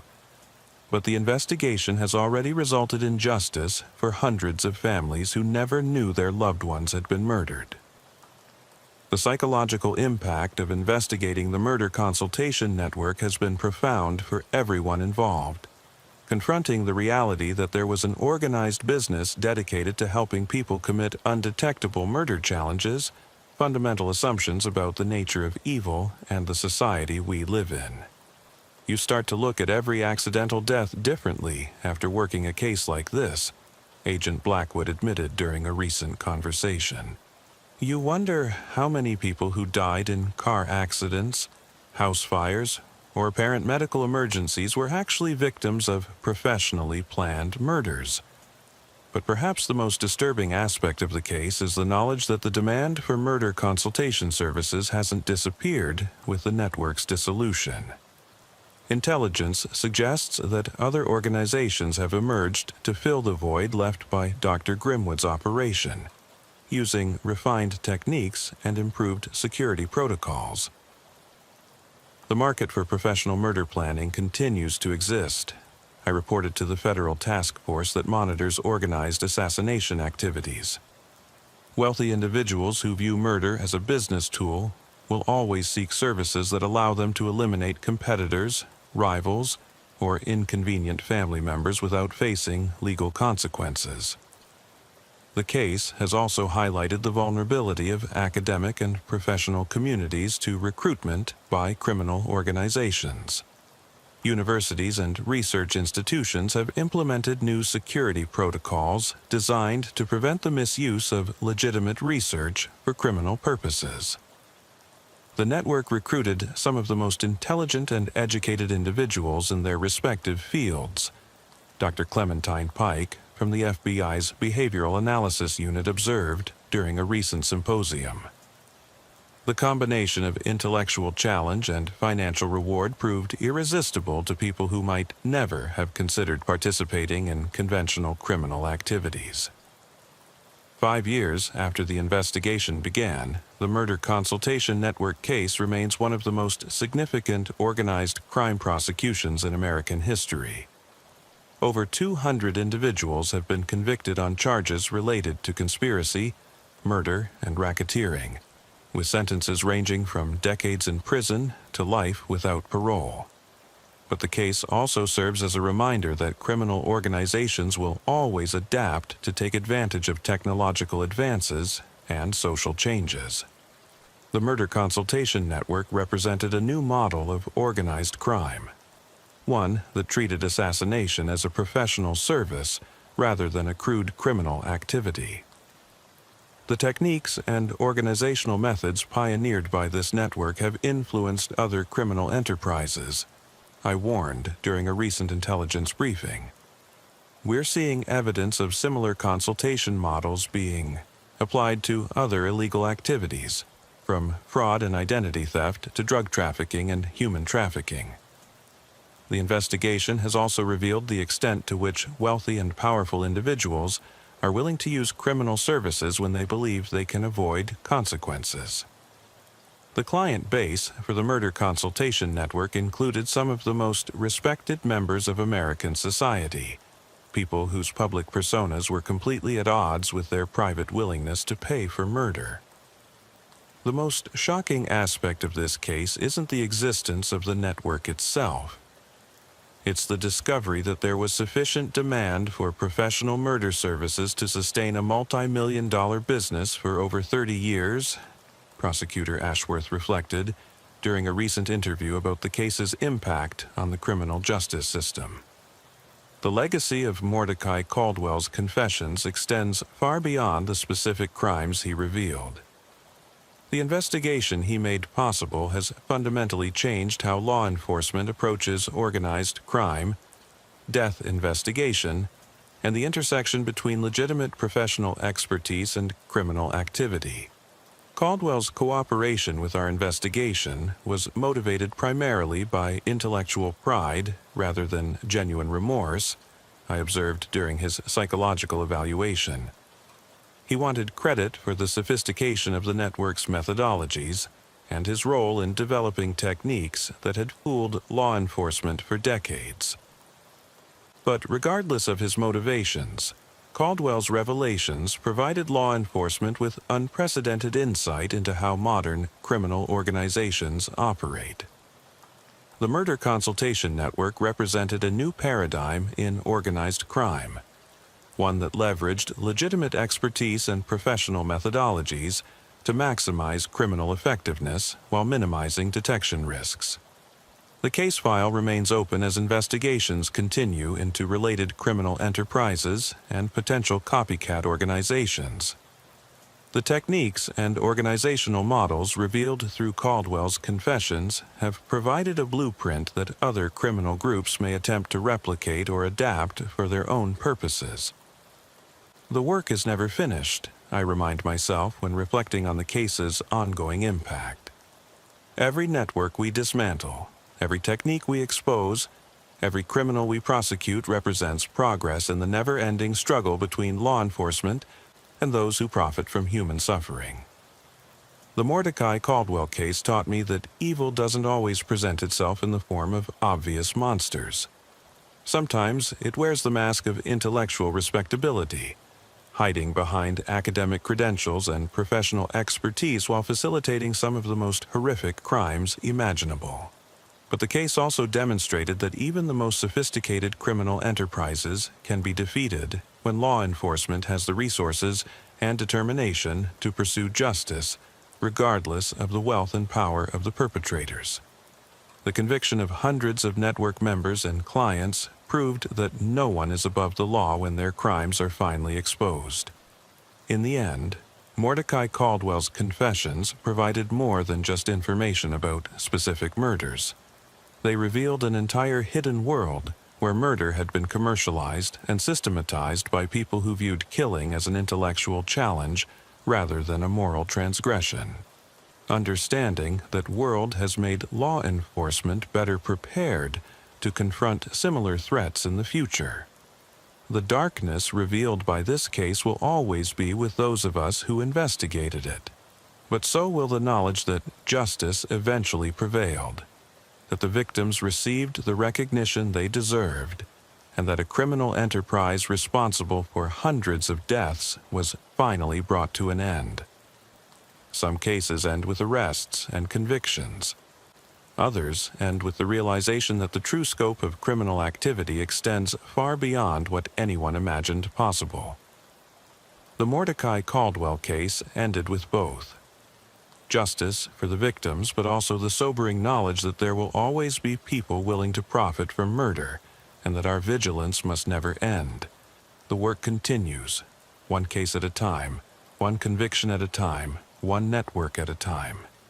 And somewhere in America, other criminal enterprises are operating, waiting to be exposed by the next Mordecai Caldwell who decides that cooperation is preferable to execution. Until then, we remain watchful, ready to pursue justice wherever it leads us, no matter how dark the path becomes. As an FBI agent specializing in witness protection and organized crime cases, I believed I understood the complexities of identity, deception, and the intricate web of lies that criminals weave to escape justice. I had managed hundreds of witnesses, relocated families, and created new identities for people whose testimony was crucial to dismantling criminal organizations. But nothing in my 21-year career prepared me for the case of Ambrose Whitlock, a man who returned from the dead carrying secrets that would shatter my understanding of life, death, and the spaces between them. My name is Special Agent Serafina Cross, and I work out of the FBI's Witness Protection Division in Arlington, Virginia. I've overseen the relocation and protection of over 300 witnesses, from low-level drug dealers to high-ranking members of organized crime families. My specialty is creating bulletproof identities that can withstand scrutiny from both law enforcement and criminal organizations seeking revenge against those who betrayed them. On September 8, 2023, at precisely 3:47 p.m., I received a call that would transform everything I thought I knew about the nature of witness protection and the fundamental laws that govern existence itself. The call came from Deputy Marshal Cornelius Ashworth, who managed the day-to-day operations of several high-priority witnesses in the Southern District of New York. Agent Cross. His voice carried an edge of confusion and fear that I'd never heard from such an experienced law enforcement officer. We have a situation that requires immediate federal response. It involves Ambrose Whitlock, and I need you to understand that what I'm about to tell you challenges everything we know about how the program works. Ambrose Whitlock had entered federal witness protection on March 23, 2013, after providing crucial testimony against the Magnolia crime family, one of New York's most powerful organized crime syndicates. His testimony had resulted in the conviction of 17 family members, including boss Thaddeus Magnolia and underboss Ezra Blackwood. Whitlock's information had dismantled a criminal empire that had operated for over 40 years. "What's the situation, Deputy Marshal?" Ambrose Whitlock walked into our Manhattan field office this morning, carrying proper WITSEC identification, claiming he needed to report a security breach in his protection. Agent Cross, according to our records, Ambrose Whitlock died of a heart attack in Phoenix, Arizona on June 15, 2018. We have a death certificate burial records and closed his case file 5 years ago. I felt that familiar tightening in my stomach that comes when a case is about to upend everything you believe about reality. Deputy Marshal, are you certain this person is actually Ambrose Whitlock? That's what makes this so impossible, Agent Cross. Fingerprints match perfectly. DNA analysis confirms identity. Even his dental records align with our files. But the man sitting in our interview room claims he's been living under federal protection in Seattle, Washington for the past 10 years, and he has documentation to support that claim. What kind of documentation? Credit cards, bank statements, rental agreements, employment records, medical files, a complete paper trail showing continuous residence in Seattle from 2013 to present. But Agent Cross, we have identical documentation showing he died in Phoenix in 2018. 2 complete, verifiable life histories for the same person, both supported by official records. The drive from Arlington to Manhattan gave me time to review Ambrose Whitlock's original case file, which made for disturbing reading even under normal circumstances. Whitlock had been a mid-level accountant for the Magnolia crime family, responsible for managing their financial operations and money laundering schemes. His decision to cooperate with federal investigators had come after witnessing a brutal murder that convinced him his own life was in danger. According to the file, Whitlock had provided detailed information about the family's structure, operations, and financial arrangements. His testimony had been crucial to securing RICO convictions against key family members, effectively destroying their ability to operate as a criminal organization. In exchange for his cooperation, he had been relocated to Phoenix with a new identity and sufficient financial support to start over. The Manhattan Federal Building was a fortress of concrete and steel, designed to project the power and authority of the federal government. Deputy Marshal Ashworth met me at the security checkpoint, a tall man in his 50s with graying hair and the weathered expression of someone who had spent decades managing dangerous situations. "Agent Cross, I need you to understand something before you meet with Whitlock. In 28 years of witness protection work, I've never encountered anything like this. This man is physically identical to the Ambrose Whitlock we relocated in 2013. But he's claiming experiences and knowledge that contradict everything in our records. He led me through a series of security checkpoints, each one more restrictive than the last. According to our files, Ambrose Whitlock was a nervous, frightened man who jumped at shadows and required constant reassurance about his safety. The man in our interview room is calm, confident, and seems to possess knowledge about witness protection procedures that he shouldn't have. What kind of knowledge? Operational details about how we create new identities, relocate witnesses, and maintain their security. Information that's classified above his clearance level and wasn't shared with him during his original briefings. He's also demonstrated awareness of other witnesses in the program, people he should have no knowledge of. We stopped at a final checkpoint where guards verified our identities and credentials. "Agent Cross, there's something else. The man in our interview room doesn't just claim to be Ambrose Whitlock. He claims that the Ambrose Whitlock who died in Phoenix was an imposter, and that he's been trying to contact us for years to report identity theft within the Witness Protection Program." The interview room was a windowless concrete box with fluorescent lighting that cast everything in harsh, unforgiving shadows. Video cameras recorded every angle, and one-way glass allowed observation from an adjacent room. Sitting at the metal table, reading a newspaper with calm concentration, was a man who appeared to be in his late 50s with salt and pepper hair and intelligent brown eyes. He looked exactly like the photographs in Ambrose Whitlock's original case file, down to a distinctive scar on his left hand from a childhood accident. But there was something different about his demeanor, a confidence and self-possession that hadn't been present in the frightened man who had entered witness protection a decade earlier. "Agent Cross," he said as I entered the room, his voice carrying a slight New York accent that matched the original Whitlock's speech patterns. "Thank you for agreeing to meet with me. I understand the situation is unusual, but I need you to know that someone has been living my life for the past 5 years. Mr. Whitlock, I need to begin by verifying your identity and understanding exactly what you're claiming. According to federal records, you died of a heart attack in Phoenix, Arizona, on June 15, 2018. Agent Cross, I've never been to Phoenix in my life. I've been living in Seattle under federal protection since 2013, exactly as originally planned. The man who died in Phoenix was using my identity, my social security number, and my witness protection documentation.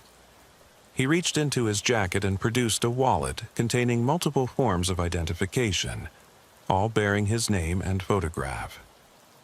I have credit cards, a driver's license, bank statements, and employment records showing continuous residence in Seattle.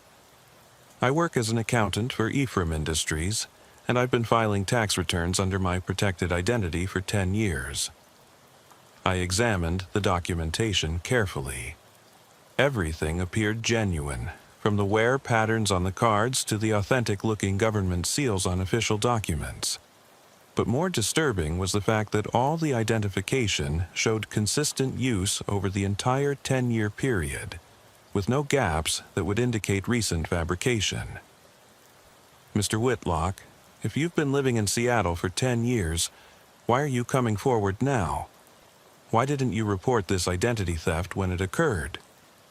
Because I didn't know about it until recently, Agent Cross. The Witness Protection Program is designed to keep witnesses isolated from information about their former lives and identities. I've been living quietly in Seattle, following all protocols, maintaining minimal contact with federal authorities as instructed. He leaned forward slightly, his brown eyes fixed on mine with uncomfortable intensity. But 3 weeks ago, I received a visit from someone who claimed to be investigating irregularities in the Witness Protection Program. He showed me newspaper clippings about my supposed death in Phoenix, along with evidence that someone had been using my identity in Arizona. Who was this investigator? He identified himself as Deputy Inspector Phineas Grimwood from the Department of Justice Office of Inspector General. He said there had been a security breach in the Witness Protection Database and that several witnesses had been compromised by identity theft within the program itself. I felt a chill run down my spine. There was no Deputy Inspector Phineas Grimwood in the DOJ Office of Inspector General.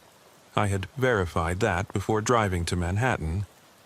Either Whitlock was lying about this mysterious investigator, or someone was running an elaborate operation to manipulate witness protection cases. Mr. Whitlock, can you describe this investigator in detail? Tall man, probably in his 40s, with dark hair and a pronounced scar running from his left ear to his jawline. He spoke with authority about federal procedures, and he had access to information about my original case that only someone with high-level clearance could have obtained. What specific information did he share? Details about my testimony against the Magnolia crime family, including conversations with prosecutors that were never documented in official transcripts. He knew about private agreements between me and federal authorities, financial arrangements for my relocation, and security protocols that were implemented specifically for my case.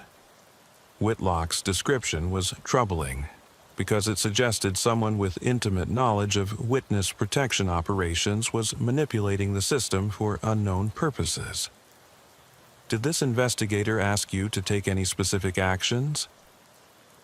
He instructed me to come to the Manhattan field office and report the identity theft, claiming that federal authorities needed to verify my status and investigate how my protected identity had been compromised.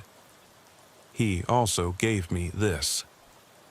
He produced a business card that appeared to be officially issued by the Department of Justice. The card looked authentic, complete with government seals and security features, but I knew it was fabricated because no such position existed within the DOJ hierarchy.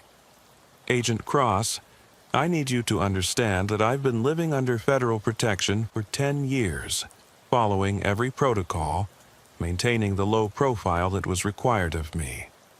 I'm only here because I was told that my safety depended on reporting this identity theft immediately. Over the next 4 hours, I conducted a comprehensive interview with the man claiming to be Ambrose Whitlock. His knowledge of the original case was extensive and accurate, including details that had never been documented in official records. He knew about private conversations with prosecutors, specific threats made by Magnolia crime family members, and operational details of the investigation that had led to his cooperation. But more disturbing was his detailed knowledge of witness protection procedures and protocols that went far beyond what any witness should know.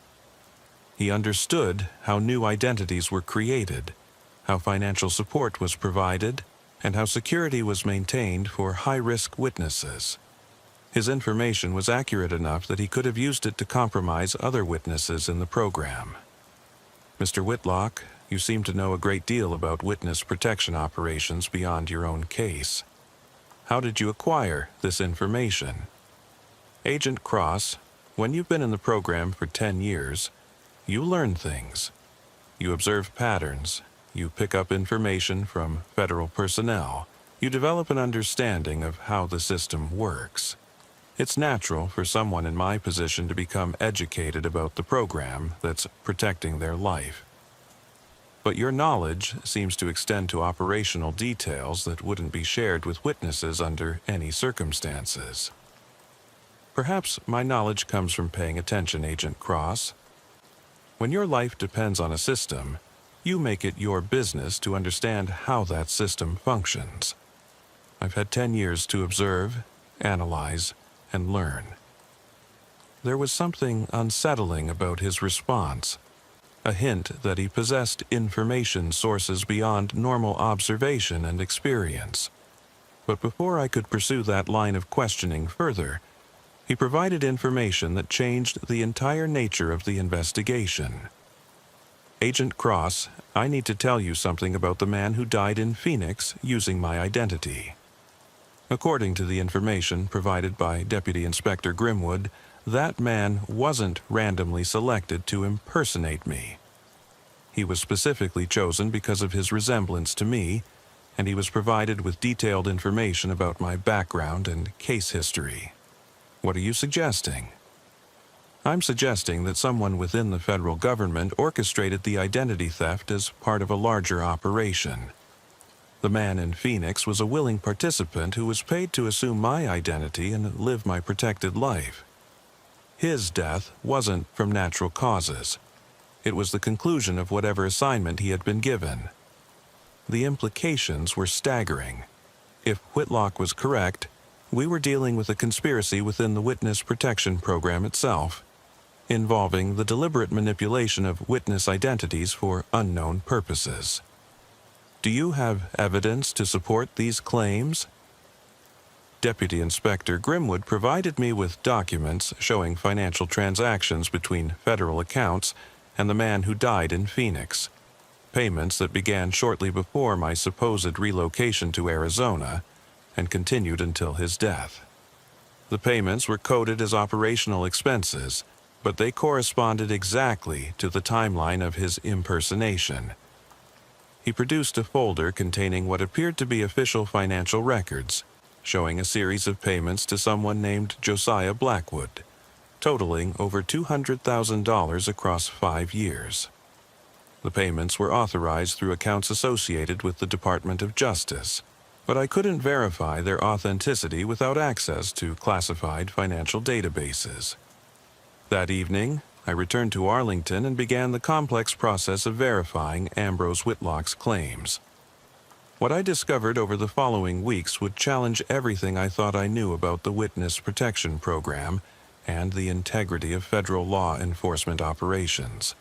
The man who had died in Phoenix was indeed named Josiah Blackwood, and his background showed suspicious gaps that suggested possible covert operations involvement. Financial records showed payments from federal accounts that corresponded to the timeline Whitlock had described, though the specific authorization codes were classified above my clearance level. Most disturbing of all was what I discovered when I contacted the Seattle field office to verify Whitlock's claimed residence history. According to their records, no one matching Whitlock's description had ever lived at the address he provided. The apartment building existed, but the unit number he specified had been vacant for over 3 years. Yet, when I dispatched agents to physically investigate the Seattle address, they found clear evidence of recent habitation. Personal belongings, utility records, and neighbor testimony all supported Whitlock's claim that he had been living there continuously for 10 years. The physical evidence conflicted directly with official records, creating an impossible situation where both versions of reality appeared to be simultaneously true.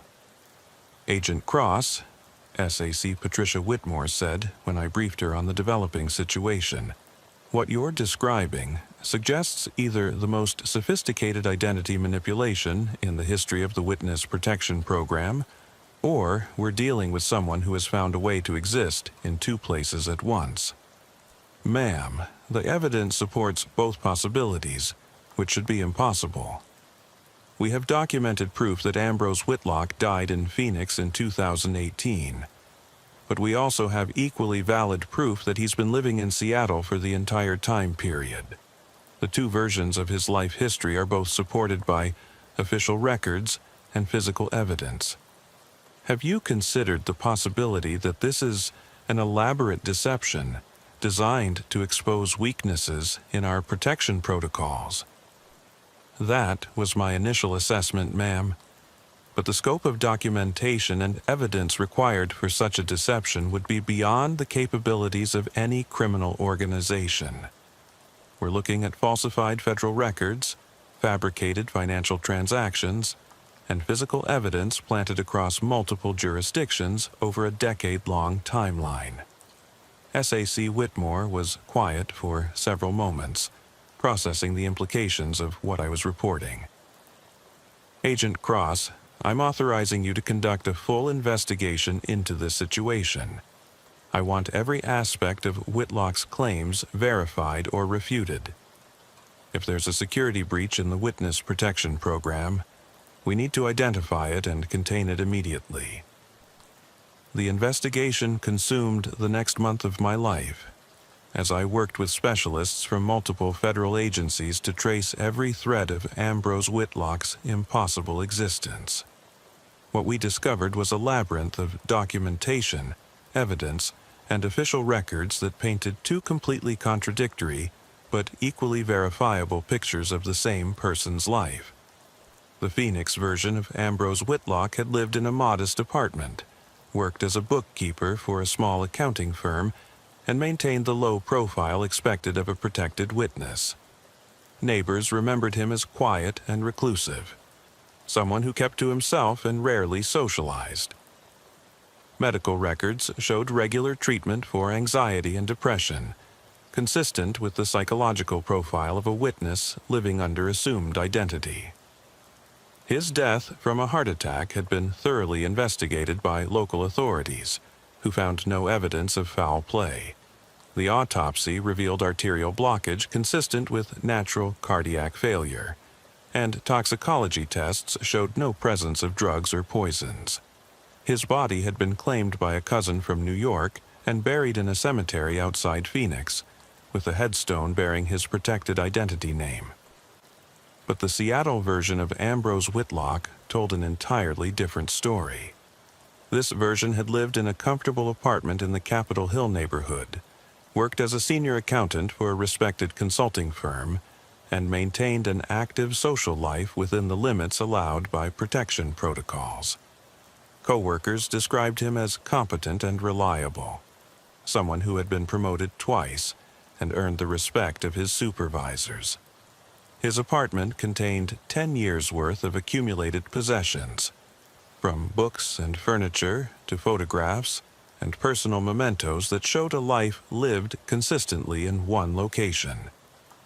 Utility records, bank statements, and employment files all supported continuous residence from 2013 to 2023, with no gaps or inconsistencies that would suggest recent fabrication.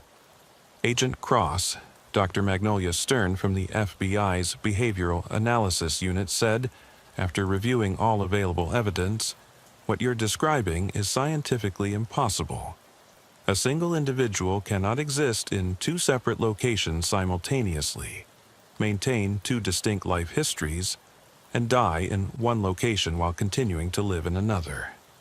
Dr. Stern, "I understand the impossibility of what we're investigating, but the evidence is overwhelming." Both versions of Ambrose Whitlock's post-2013 existence are supported by documentation that passes every authentication test we can perform. Then we're dealing with either the most sophisticated fraud in federal law enforcement history, or we're confronting something that challenges our understanding of the fundamental nature of identity and existence. It was Dr. Stern who suggested the next phase of the investigation, a comprehensive psychological evaluation of the man claiming to be Ambrose Whitlock, combined with advanced forensic analysis of all documentation and physical evidence. If we were dealing with an elaborate deception, intensive testing would reveal inconsistencies or fabrications. If we were dealing with something beyond normal understanding, the tests would at least document the extent of the impossibility. The psychological evaluation took place over 3 days, using every technique available to detect deception, false memory implantation, or mental illness. The man, claiming to be Ambrose Whitlock, underwent hours of interviews, hypnosis sessions, and standardized psychological tests designed to reveal inconsistencies in his claimed identity and experiences. Agent Cross, Dr. Stern reported after completing her evaluation, "This individual exhibits all the psychological characteristics consistent with someone who has genuinely lived the experiences he claims. His memories show the emotional weight and contextual detail of authentic autobiography rather than fabricated narrative. But his knowledge of witness protection operations goes far beyond what any witness should possess. He understands procedures, protocols, and operational details that are classified above his clearance level. That's where the evaluation becomes disturbing, Agent Cross. When questioned about his knowledge of protection protocols, his responses suggest access to information sources that he cannot or will not identify.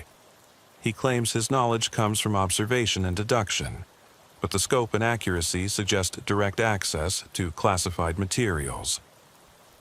Dr. Stern paused, reviewing her notes with obvious concern. "There's something else, Agent Cross.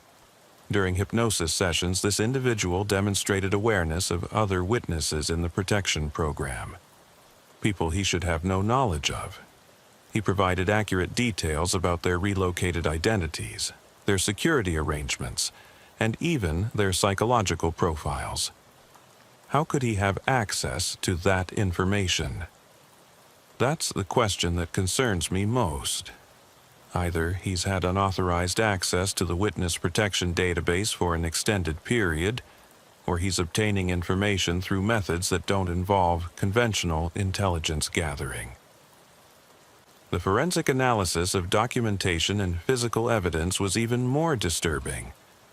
Every piece of identification, every financial record, and every official document associated with the Seattle version of Ambrose Whitlock passed authentication tests. The paper stocks, security features, and printing techniques were all consistent with legitimate government issuance over the claimed timeframes. But what made the results impossible to accept was that identical authentication tests confirmed the legitimacy of documents associated with the Phoenix version of Whitlock. Both sets of documentation were genuine. Both were properly issued through official channels, and both covered the same time periods for the same individual. Agent Cross, the forensic specialist, reported, "We're looking at two complete, verifiable life histories for a single person. Every document in both sets passes authentication testing, and all security features are consistent with legitimate government issuance. Scientifically speaking, both versions of Ambrose Whitlock's post-2013 existence are equally valid. Is there any possibility that one set of documents was fabricated using government resources? That's what makes this so disturbing, Agent Cross. The level of access and expertise required to create false documentation this sophisticated would be beyond the capabilities of any criminal organization. We're looking at fabrication that would require resources available only to federal intelligence agencies. Are you suggesting that a federal agency created false documentation for Ambrose Whitlock? I'm suggesting that someone with access to the highest levels of government document production capabilities has been involved in this case. Whether that involvement was authorized or represents a rogue operation within the federal government, I cannot determine. 6 weeks after the investigation began, I requested a final interview with the man claiming to be Ambrose Whitlock.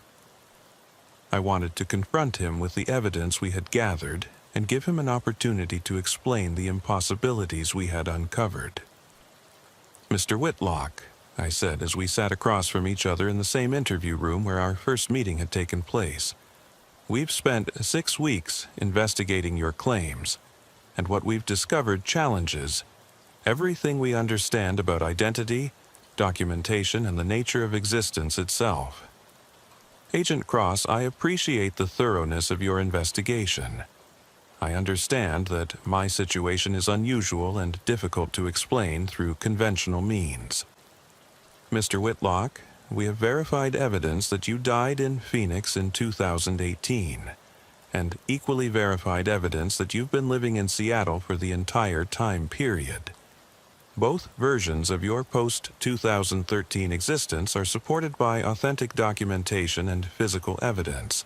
Can you explain how this is possible?" Agent Cross, I can only tell you what I experienced, and what I experienced was 10 years of life in Seattle under federal protection. The man who died in Phoenix may have been using my identity, but he wasn't me. But you also demonstrate knowledge of witness protection operations that goes far beyond what any witness should possess. You know details about other witnesses in the program, operational procedures that are classified, and security protocols that weren't shared with you during your original briefings. For the first time since I had met him, Ambrose Whitlock appeared uncomfortable, his confident demeanor wavering slightly. Agent Cross, when you've been in the program as long as I have, you learn things. You develop an understanding of how the system works, and you pick up information from various sources. What sources? Other witnesses, Agent Cross, federal personnel who aren't as careful as they should be about operational security. Sometimes information comes from unexpected places when you know how to listen and observe. Mr. Whitlock, the information you possess couldn't be obtained through casual observation or indiscreet conversations. You have access to classified materials that are restricted to senior federal personnel. How did you obtain this information?" He was quiet for a long moment, his brown eyes studying my face as if trying to determine how much truth I could handle. "Agent Cross, have you ever considered the possibility that the Witness Protection Program operates on principles that go beyond conventional law enforcement procedures?" "What do you mean?" I mean that protecting witnesses from organized crime requires more than just new identities and relocation. It requires methods and capabilities that aren't acknowledged in official procedures or public documentation. Are you suggesting that the Witness Protection Program uses classified technologies or procedures? I'm suggesting that when witness safety depends on completely erasing someone's former existence and creating a new identity that can withstand scrutiny from sophisticated criminal organizations, conventional methods may not be sufficient. Whitlock leaned forward slightly, his voice dropping to barely above a whisper. Agent Cross, what if I told you that some witnesses in the program don't just receive new identities, they receive new realities? Complete, verifiable histories that exist independently of their original lives, supported by evidence and documentation that is genuine because it was created through methods that transcend normal document fabrication. The implications of what he was suggesting were staggering. If the Witness Protection Program had access to technologies or methods that could create alternate realities for witnesses, it would explain the impossible documentation we had discovered. But it would also mean that the federal government possessed capabilities that challenged the fundamental laws of physics and human existence. Mr. Whitlock, what you're suggesting is that the federal government can create alternate versions of reality. I'm suggesting that the Witness Protection Program may use methods that aren't limited by conventional understanding of identity and existence. When a witness's life depends on complete separation from their former identity, extraordinary measures may be necessary. And you believe you're the beneficiary of these extraordinary measures? Agent Cross, I believe that when I entered witness protection in 2013, something more than conventional relocation occurred. My existence in Seattle isn't just supported by false documentation, it's supported by a complete alternate reality that was created specifically to protect me from the Magnolia crime family. But if that's true, then what was the man who died in Phoenix? Perhaps he was what remained of my original existence, Agent Cross. Perhaps the extraordinary measures that protected me in Seattle required that my original identity be maintained elsewhere, lived by someone who could serve as a decoy while I existed safely in an alternate reality. The conversation was venturing into territory that challenged every assumption I had about the nature of reality and the capabilities of the federal government. But the evidence we had gathered seemed to support Whitlock's impossible claims, pointing toward conclusions that I struggled to accept.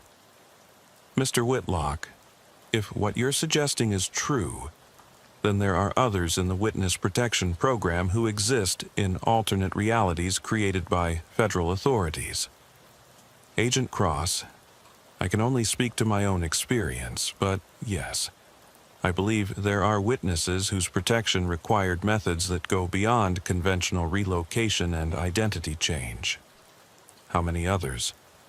I don't know the exact number, but during my 10 years in the program I've encountered others who seem to possess the same kind of enhanced protection that I received. Witnesses whose new identities were supported by realities so complete and verifiable that they transcended normal document fabrication. Have you maintained contact with these other witnesses? Not contact in the conventional sense, Agent Cross, but awareness. When you exist in an alternate reality created for your protection, you develop sensitivity to others who share that experience. We recognize each other, even though direct communication isn't possible. Over the following days, I attempted to verify Whitlock's claims about other witnesses who might be living in federally created alternate realities. What I discovered was a pattern of cases similar to his.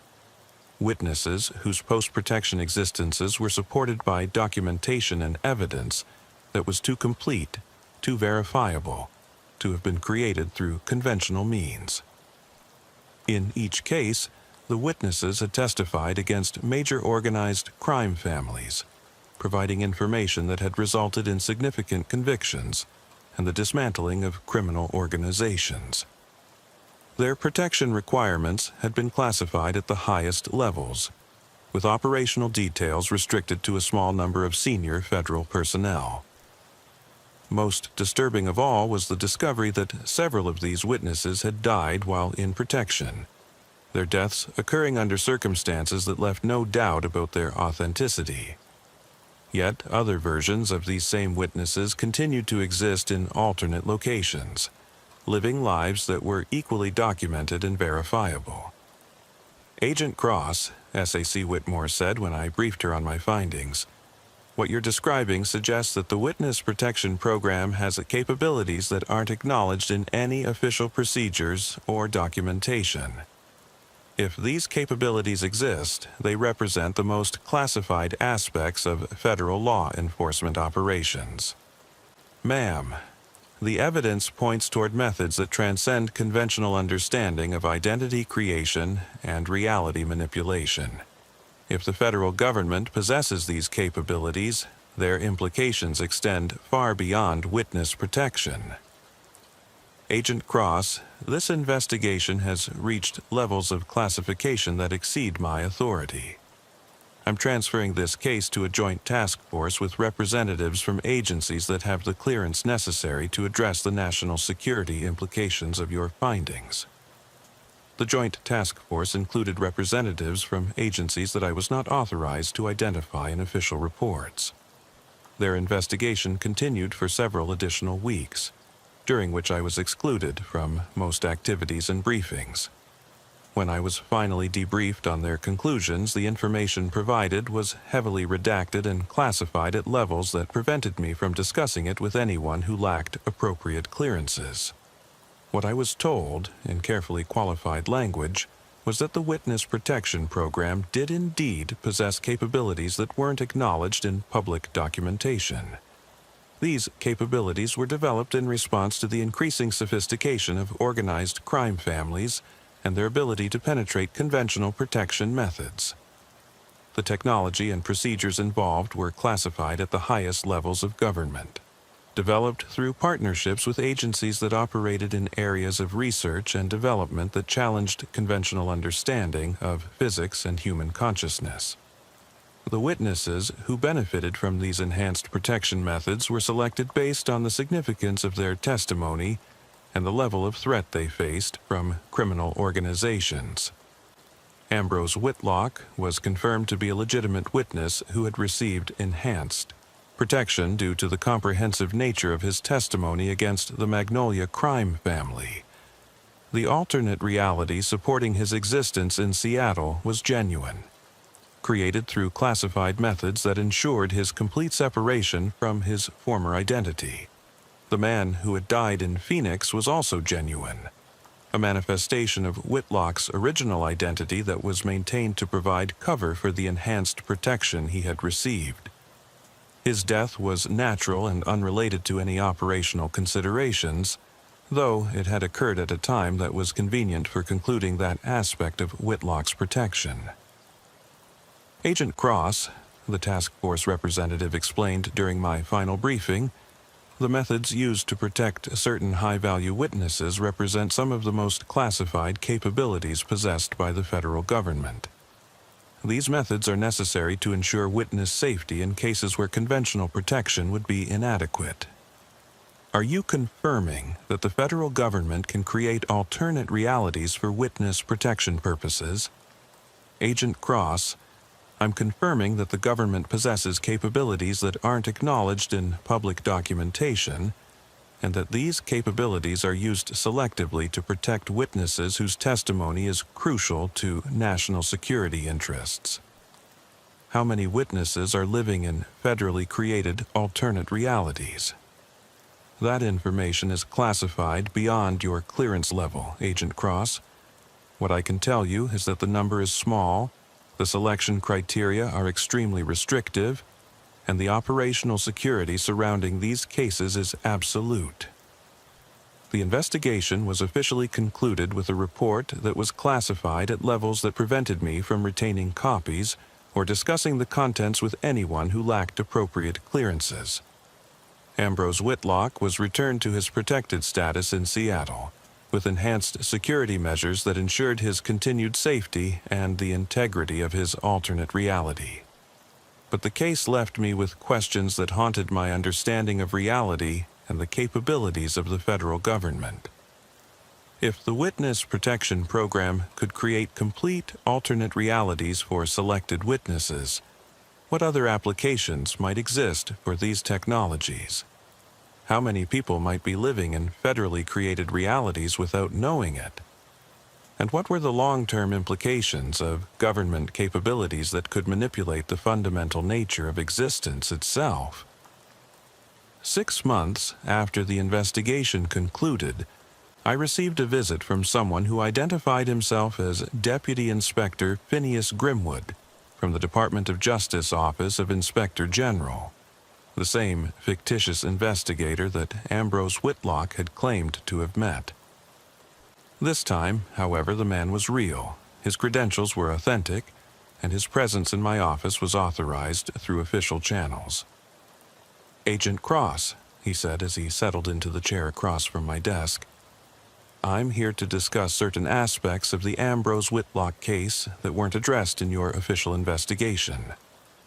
Inspector Grimwood, according to my research, no one with your name and title existed in the DOJ Office of Inspector General when Whitlock claimed to have met with you." "That's correct, Agent Cross.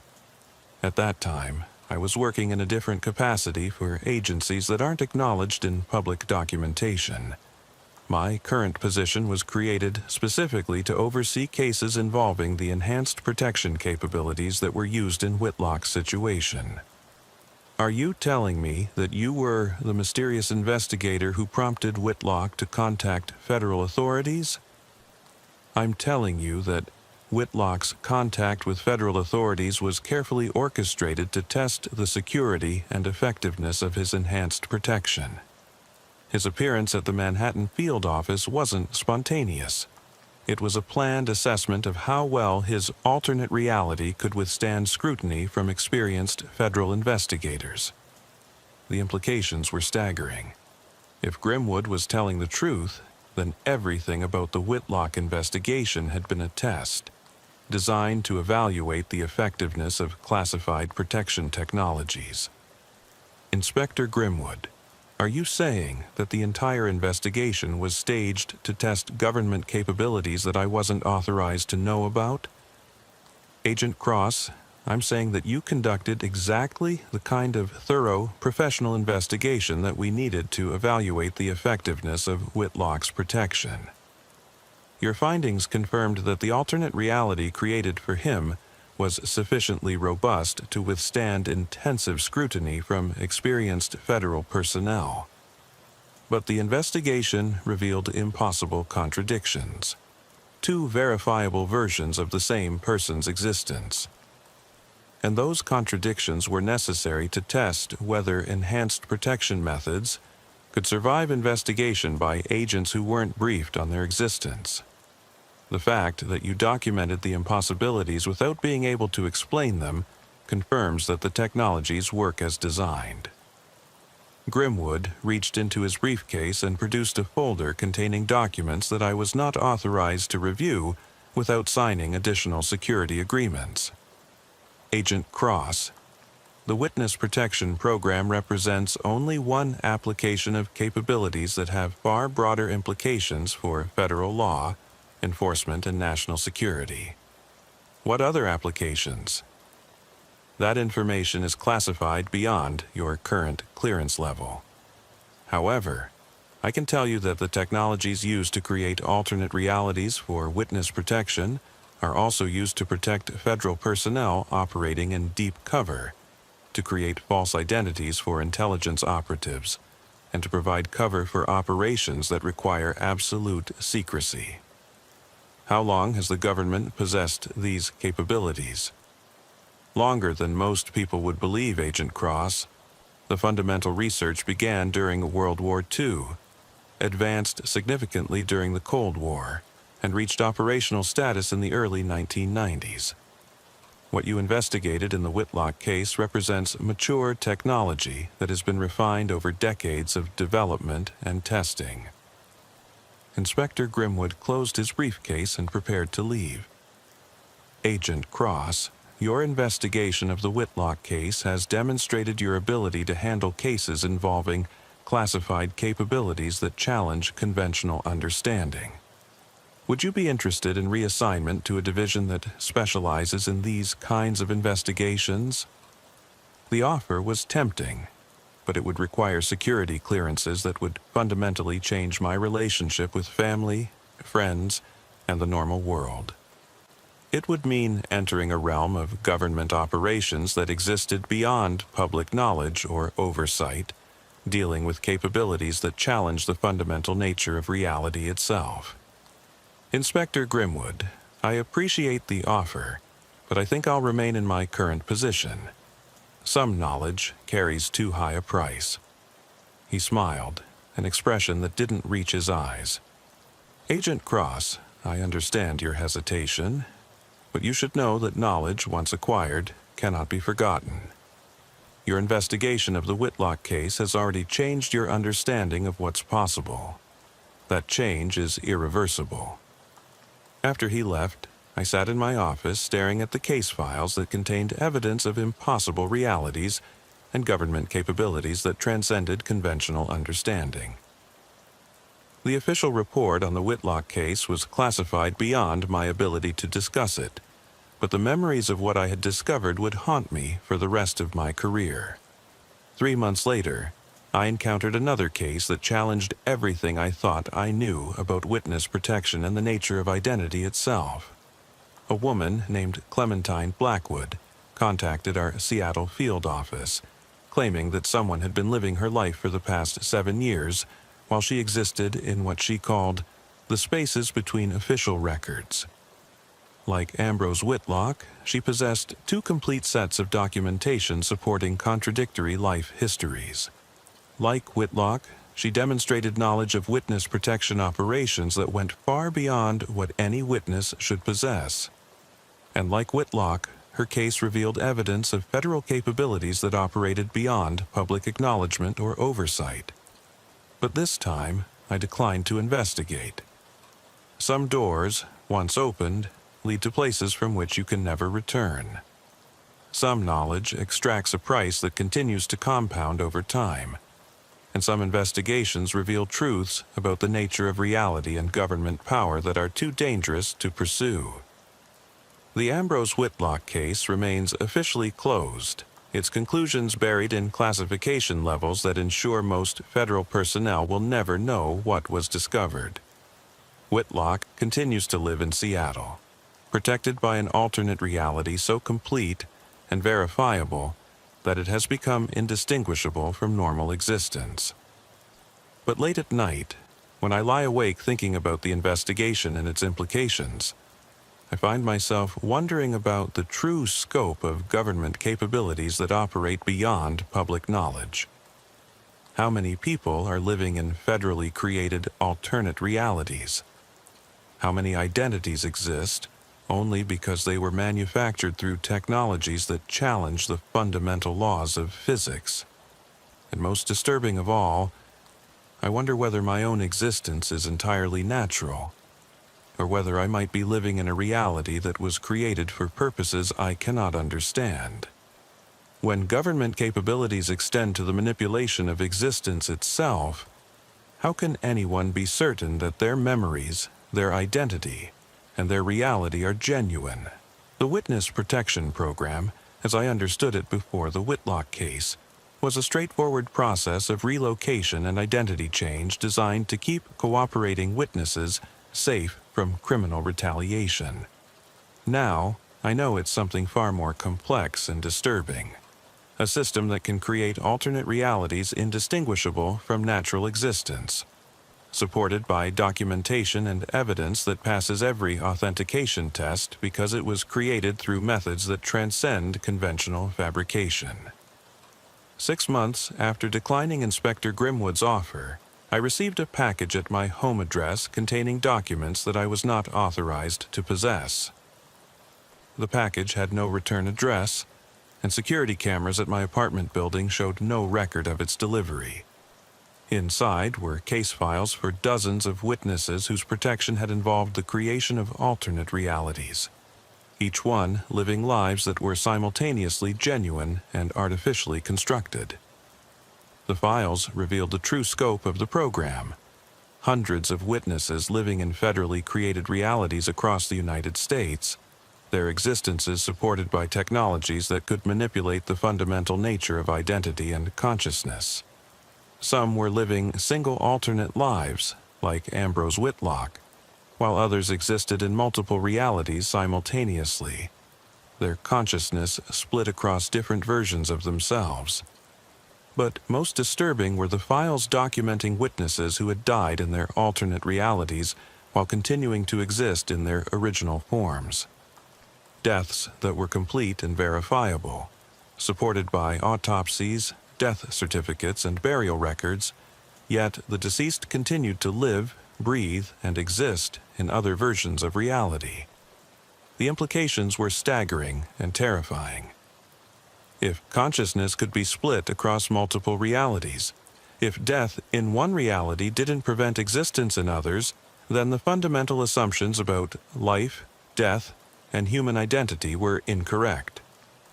We were dealing with government capabilities that challenged not just the laws of physics, but the basic nature of what it means to be human. I tried to return the files through the official channels, but was told that no such documents existed, and that my possession of them couldn't be explained through any authorized distribution system. When I attempted to contact Inspector Grimwood to report the unauthorized delivery, I was informed that no one with that name worked for the Department of Justice Office of Inspector General. It was as if the entire investigation, including my interactions with Grimwood and the task force briefing, had been erased from official records. The only evidence that any of it had occurred were my personal memories and the classified case file that I was not authorized to retain or discuss. But the unauthorized files continued to arrive at irregular intervals, each delivery containing information about aspects of the witness protection program that operated beyond public knowledge or government acknowledgement. I learned about witnesses who existed in realities that spanned multiple time periods, their consciousness scattered across decades of artificially constructed existence. I read reports about protection methods that involved not just identity change, but fundamental alterations to memory, personality, and even physical appearance at the molecular level. Most disturbing of all were the files documenting the psychological effects on witnesses who became aware of their artificially constructed existences. Many developed severe dissociative disorders, unable to distinguish between genuine memories and implanted experiences. Some experienced complete psychological breaks, convinced that they were living in simulations or alternate dimensions created by malevolent forces. The suicide rate among witnesses who discovered the true nature of their protection was classified, but the files suggested it was significantly higher than reported in official statistics. The knowledge that one's entire existence was artificially constructed proved too much for many witnesses to bear, leading to desperate attempts to escape realities they could no longer trust. One file contained a report about a witness named Ophelia Grimwood who had been living in 17 different alternate realities simultaneously, her consciousness split across multiple versions of herself in different cities and time periods. The psychological strain of existing in multiple realities eventually caused her complete mental collapse, requiring her removal from the program and placement in a classified medical facility. Another file documented the case of Ephraim Blackthorne, a witness whose alternate reality had been constructed so thoroughly that it included false memories extending back to childhood.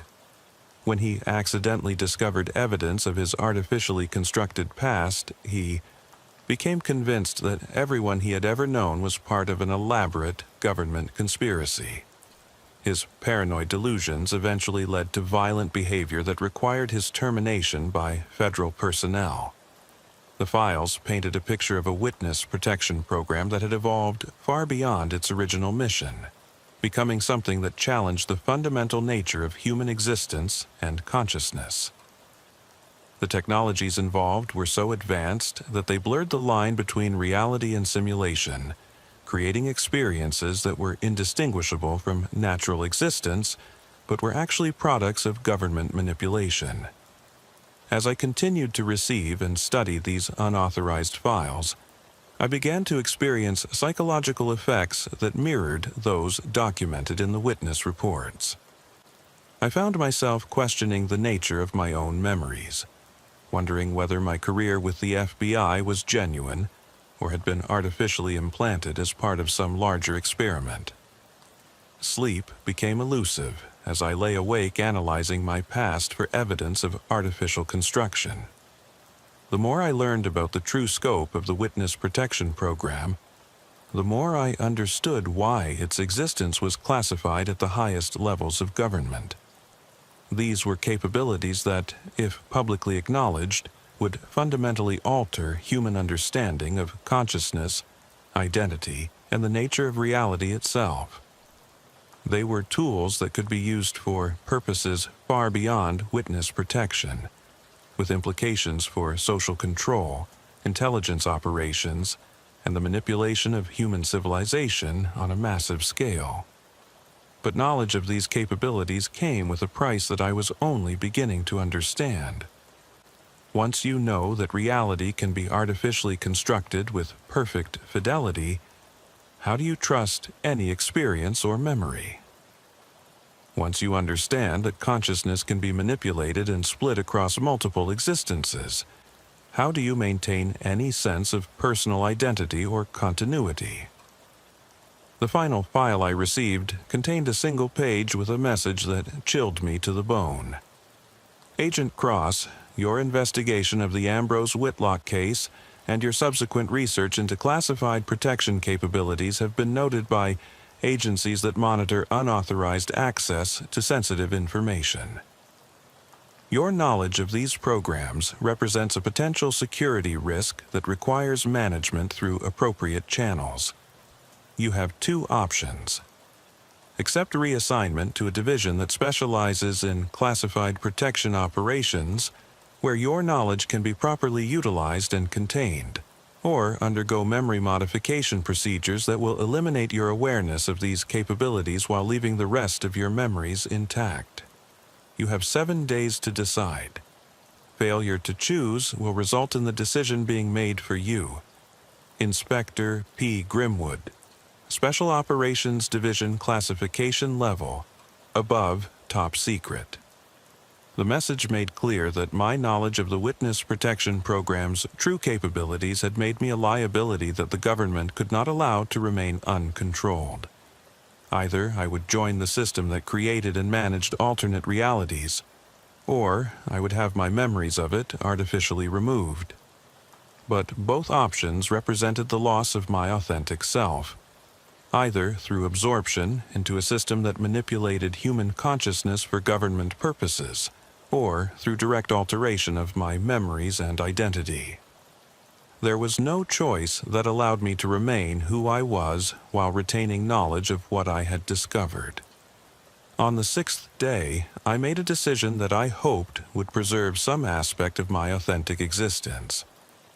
I wrote a detailed account of everything I had learned about the Witness Protection Program's classified capabilities, including my interactions with Ambrose Whitlock, Inspector Grimwood, and the unauthorized files I had received. I documented the evidence I had seen, the conclusions I had reached, and the implications for human understanding of consciousness and reality. Then I sealed the account in multiple copies, to be delivered to specific individuals if I failed to maintain contact with them at regular intervals. It was my attempt to ensure that knowledge of these capabilities would survive whatever happened to my memories or identity. On the 7th day, I reported to the address specified in Inspector Grimwood's message, prepared to accept whatever fate awaited someone who had learned too much about government capabilities that officially didn't exist. The building was nondescript, located in a business district that could have been anywhere in suburban Virginia. There were no identifying signs or government seals, nothing to indicate its true purpose. Inspector Grimwood met me in the lobby, looking exactly as he had during our previous encounters. "Agent Cross, I'm pleased that you decided to report voluntarily. It makes the process much simpler for everyone involved." "Inspector Grimwood, before we proceed, I need to know, am I making this choice as a free individual, or has my decision been influenced through the same technologies used to create alternate realities for witnesses?"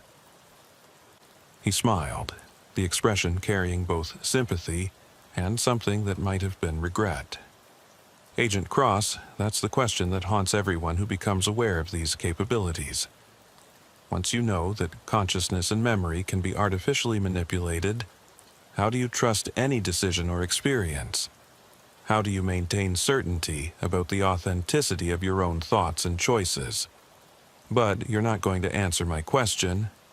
"I can't answer your question, Agent Cross, because the answer would require knowledge that even I don't possess. The technologies we use to create and modify realities operate at levels of complexity that transcend individual understanding. Those who develop and implement them may not even fully comprehend their scope and implications." He led me to an elevator that required biometric identification to operate. As we descended to levels that weren't indicated on any floor display, he continued talking in a conversational tone that made the extraordinary seem routine. "What I can tell you is that your investigation of the Ambrose Whitlock case was exemplary, and that your subsequent research demonstrated exactly the kind of analytical capability that our division requires. Whether your decision to report today was entirely your own, or was influenced by subtle psychological techniques, is ultimately irrelevant. What matters is that you're here, and that your knowledge can be properly utilized rather than contained." "What division is this?" "Reality Management Operations, Agent Cross. We're responsible for creating and maintaining alternate realities for national security purposes, including but not limited to witness protection. We also handle cases where the existence of these capabilities threatens to become public knowledge, and situations where unauthorized personnel gain access to classified information about consciousness manipulation technologies." The elevator stopped at a level marked only with symbols that I didn't recognize. The doors opened onto a corridor that looked like it belonged in a high-tech research facility, with white walls, LED lighting, and security measures that were clearly designed to contain things far more dangerous than conventional criminals. "Agent Cross, before we proceed to your orientation, I need to ask you a direct question. Do you believe that your investigation of the Whitlock case was entirely procedural, or do you suspect that it was designed to test your suitability for recruitment to this division?" The question struck at the heart of paranoia that had been growing since my first encounter with the impossible evidence in Whitlock's case. "Inspector Grimwood, I've wondered about that possibility, but I've had no way to determine the truth. If my entire investigation was orchestrated as a recruitment test, then nothing I believe about my own decision-making process can be trusted. And that uncertainty, Agent Cross, is something you'll have to learn to live with. Once you become aware of reality manipulation technologies, absolute certainty about the authenticity of experience becomes impossible. It's a psychological burden that everyone in this division carries." He stopped in front of a door that required multiple forms of identification to open. "What I can tell you is that your investigation was genuine in the sense that you applied your professional skills to evaluate evidence and reach conclusions. Whether the evidence was naturally occurring or artificially created for your assessment is a distinction that becomes less meaningful as you gain experience with these technologies. And if I decide I can't accept that level of uncertainty about my own existence, Then you'll undergo memory modification procedures that will eliminate your awareness of classified capabilities while preserving your ability to function as a federal agent. You'll return to your previous assignment with no recollection of the Whitlock case or our conversations, and you'll continue your career without the burden of knowledge that challenges your understanding of reality. But I won't be the same person. Agent Cross, we're all products of our experiences and memories. Modify the memories, and you inevitably modify the person. The question isn't whether you'll remain exactly the same. The question is whether you'll remain functional and content within the limitations of conventional understanding. The door opened onto a briefing room where several other individuals were seated around a conference table. Some looked like federal agents or military personnel, while others appeared to be scientists or technical specialists. All of them had the same slightly haunted expression that I was beginning to recognize as characteristic of people who worked with reality manipulation technologies. "Agent Cross," Inspector Grimwood said as we took seats at the table. "Welcome to Reality Management Operations. Your real education is about to begin." Over the following hours, I received briefings on government capabilities that challenged every assumption I had ever made about the nature of existence and consciousness. I learned about technologies that could create complete alternate realities indistinguishable from natural experience, methods for splitting consciousness across multiple existences, and procedures for modifying memory and identity at the neurological level. But perhaps most unsettling was learning about the scope of these operations. The Witness Protection Program represented only a small fraction of reality management activities. The same technologies were used to create cover identities for deep cover intelligence operatives, to provide fabricated histories for individuals involved in classified missions, and to manage populations whose knowledge of certain government capabilities posed security risks. The fundamental question, one of the briefers explained, isn't whether these technologies should exist. They already exist and have been operational for decades. The real question is how they should be used, and how their existence should be managed to maintain social stability and national security. How many people are living in artificially created realities? That information is classified beyond your current clearance level, Agent Cross. What I can tell you is that the number is significant enough to constitute a parallel population existing alongside conventional society, but small enough to maintain operational security and containment. What happens to people who discover the artificial nature of their existence? That depends on the individual case and the circumstances of discovery. Some adapt to the knowledge and continue functioning within their constructed realities. Others require memory modification to remove the traumatic awareness, and a small percentage have to be permanently removed from the program to prevent security breaches. The clinical language couldn't disguise the horrifying implications of what was being described. The federal government was not only creating artificial realities for thousands of people, but was also prepared to deal decisively with those who couldn't psychologically handle the truth about their existence. "Agent Cross," Inspector Grimwood said as the briefing concluded, "you now understand the true scope of reality management operations and the technologies we employ. Do you accept assignment to this division with full awareness of the psychological and ethical challenges it involves?" I looked around the room at the faces of people who had made the same choice I was being asked to make. Some appeared confident and committed to their work, while others showed signs of the psychological strain that came with manipulating the fundamental nature of human existence. All of them carried the burden of knowledge that most people would find impossible to bear. "Inspector Grimwood, if I accept this assignment, will I ever be able to trust my own memories and experiences again?" "Agent Cross, trust in the authenticity of experience is a luxury that people in our line of work cannot afford. What we have instead is commitment to using these technologies for purposes we believe serve the greater good, and acceptance of the uncertainty that comes with knowledge of their existence. And if I decline the assignment, then you'll undergo memory modification procedures designed to eliminate your awareness of these capabilities while preserving your ability to function as a federal agent. You'll return to your previous assignment with no recollection of the Whitlock case, our conversations, or this briefing. Will I still be me? You'll be a version of yourself that exists within the boundaries of conventional understanding, Agent Cross. Whether that version is more or less authentic than the person you are now is a philosophical question that we are not qualified to answer. The choice seemed impossible.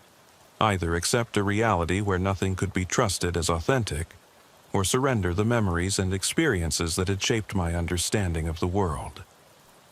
Both options represented the loss of some essential aspect of my identity. But as I sat in that briefing room, surrounded by people who had made similar choices and learned to live with their consequences, I realized that the decision had been made long before I arrived.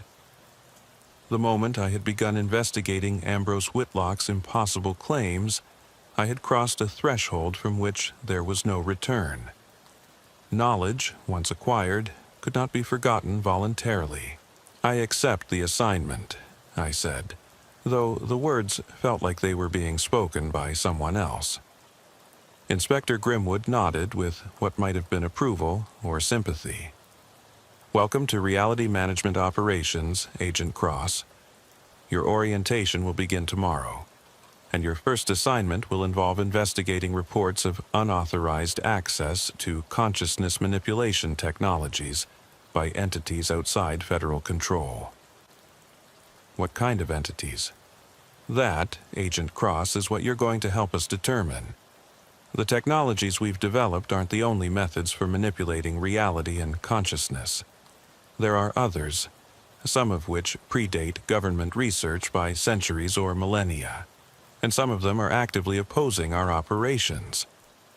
As I left the briefing room and prepared to begin my new role in reality management operations, I carried with me the knowledge that I'd crossed into a realm of government activity that operated beyond public acknowledgement or democratic oversight.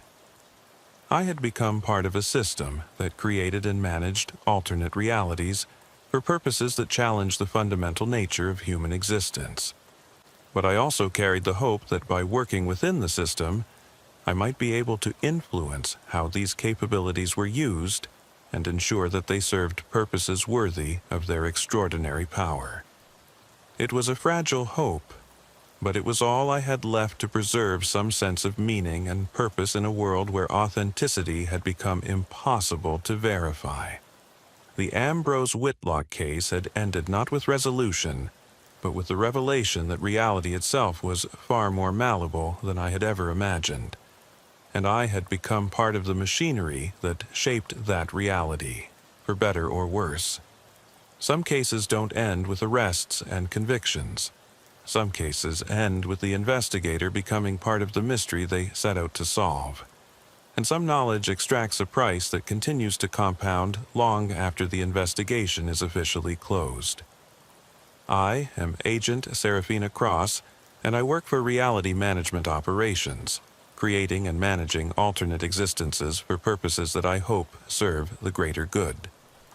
But late at night, when I lie awake questioning the authenticity of my own memories and experiences, I wonder whether I am investigating reality or simply living in another carefully constructed version of it. The truth, I have learned, is both more complex and more fragile than I ever imagined. And sometimes, the only thing worse than not knowing the truth is discovering that truth itself can be artificially manufactured with perfect fidelity. The case remains open because reality, once you understand its malleable nature, is always subject to revision.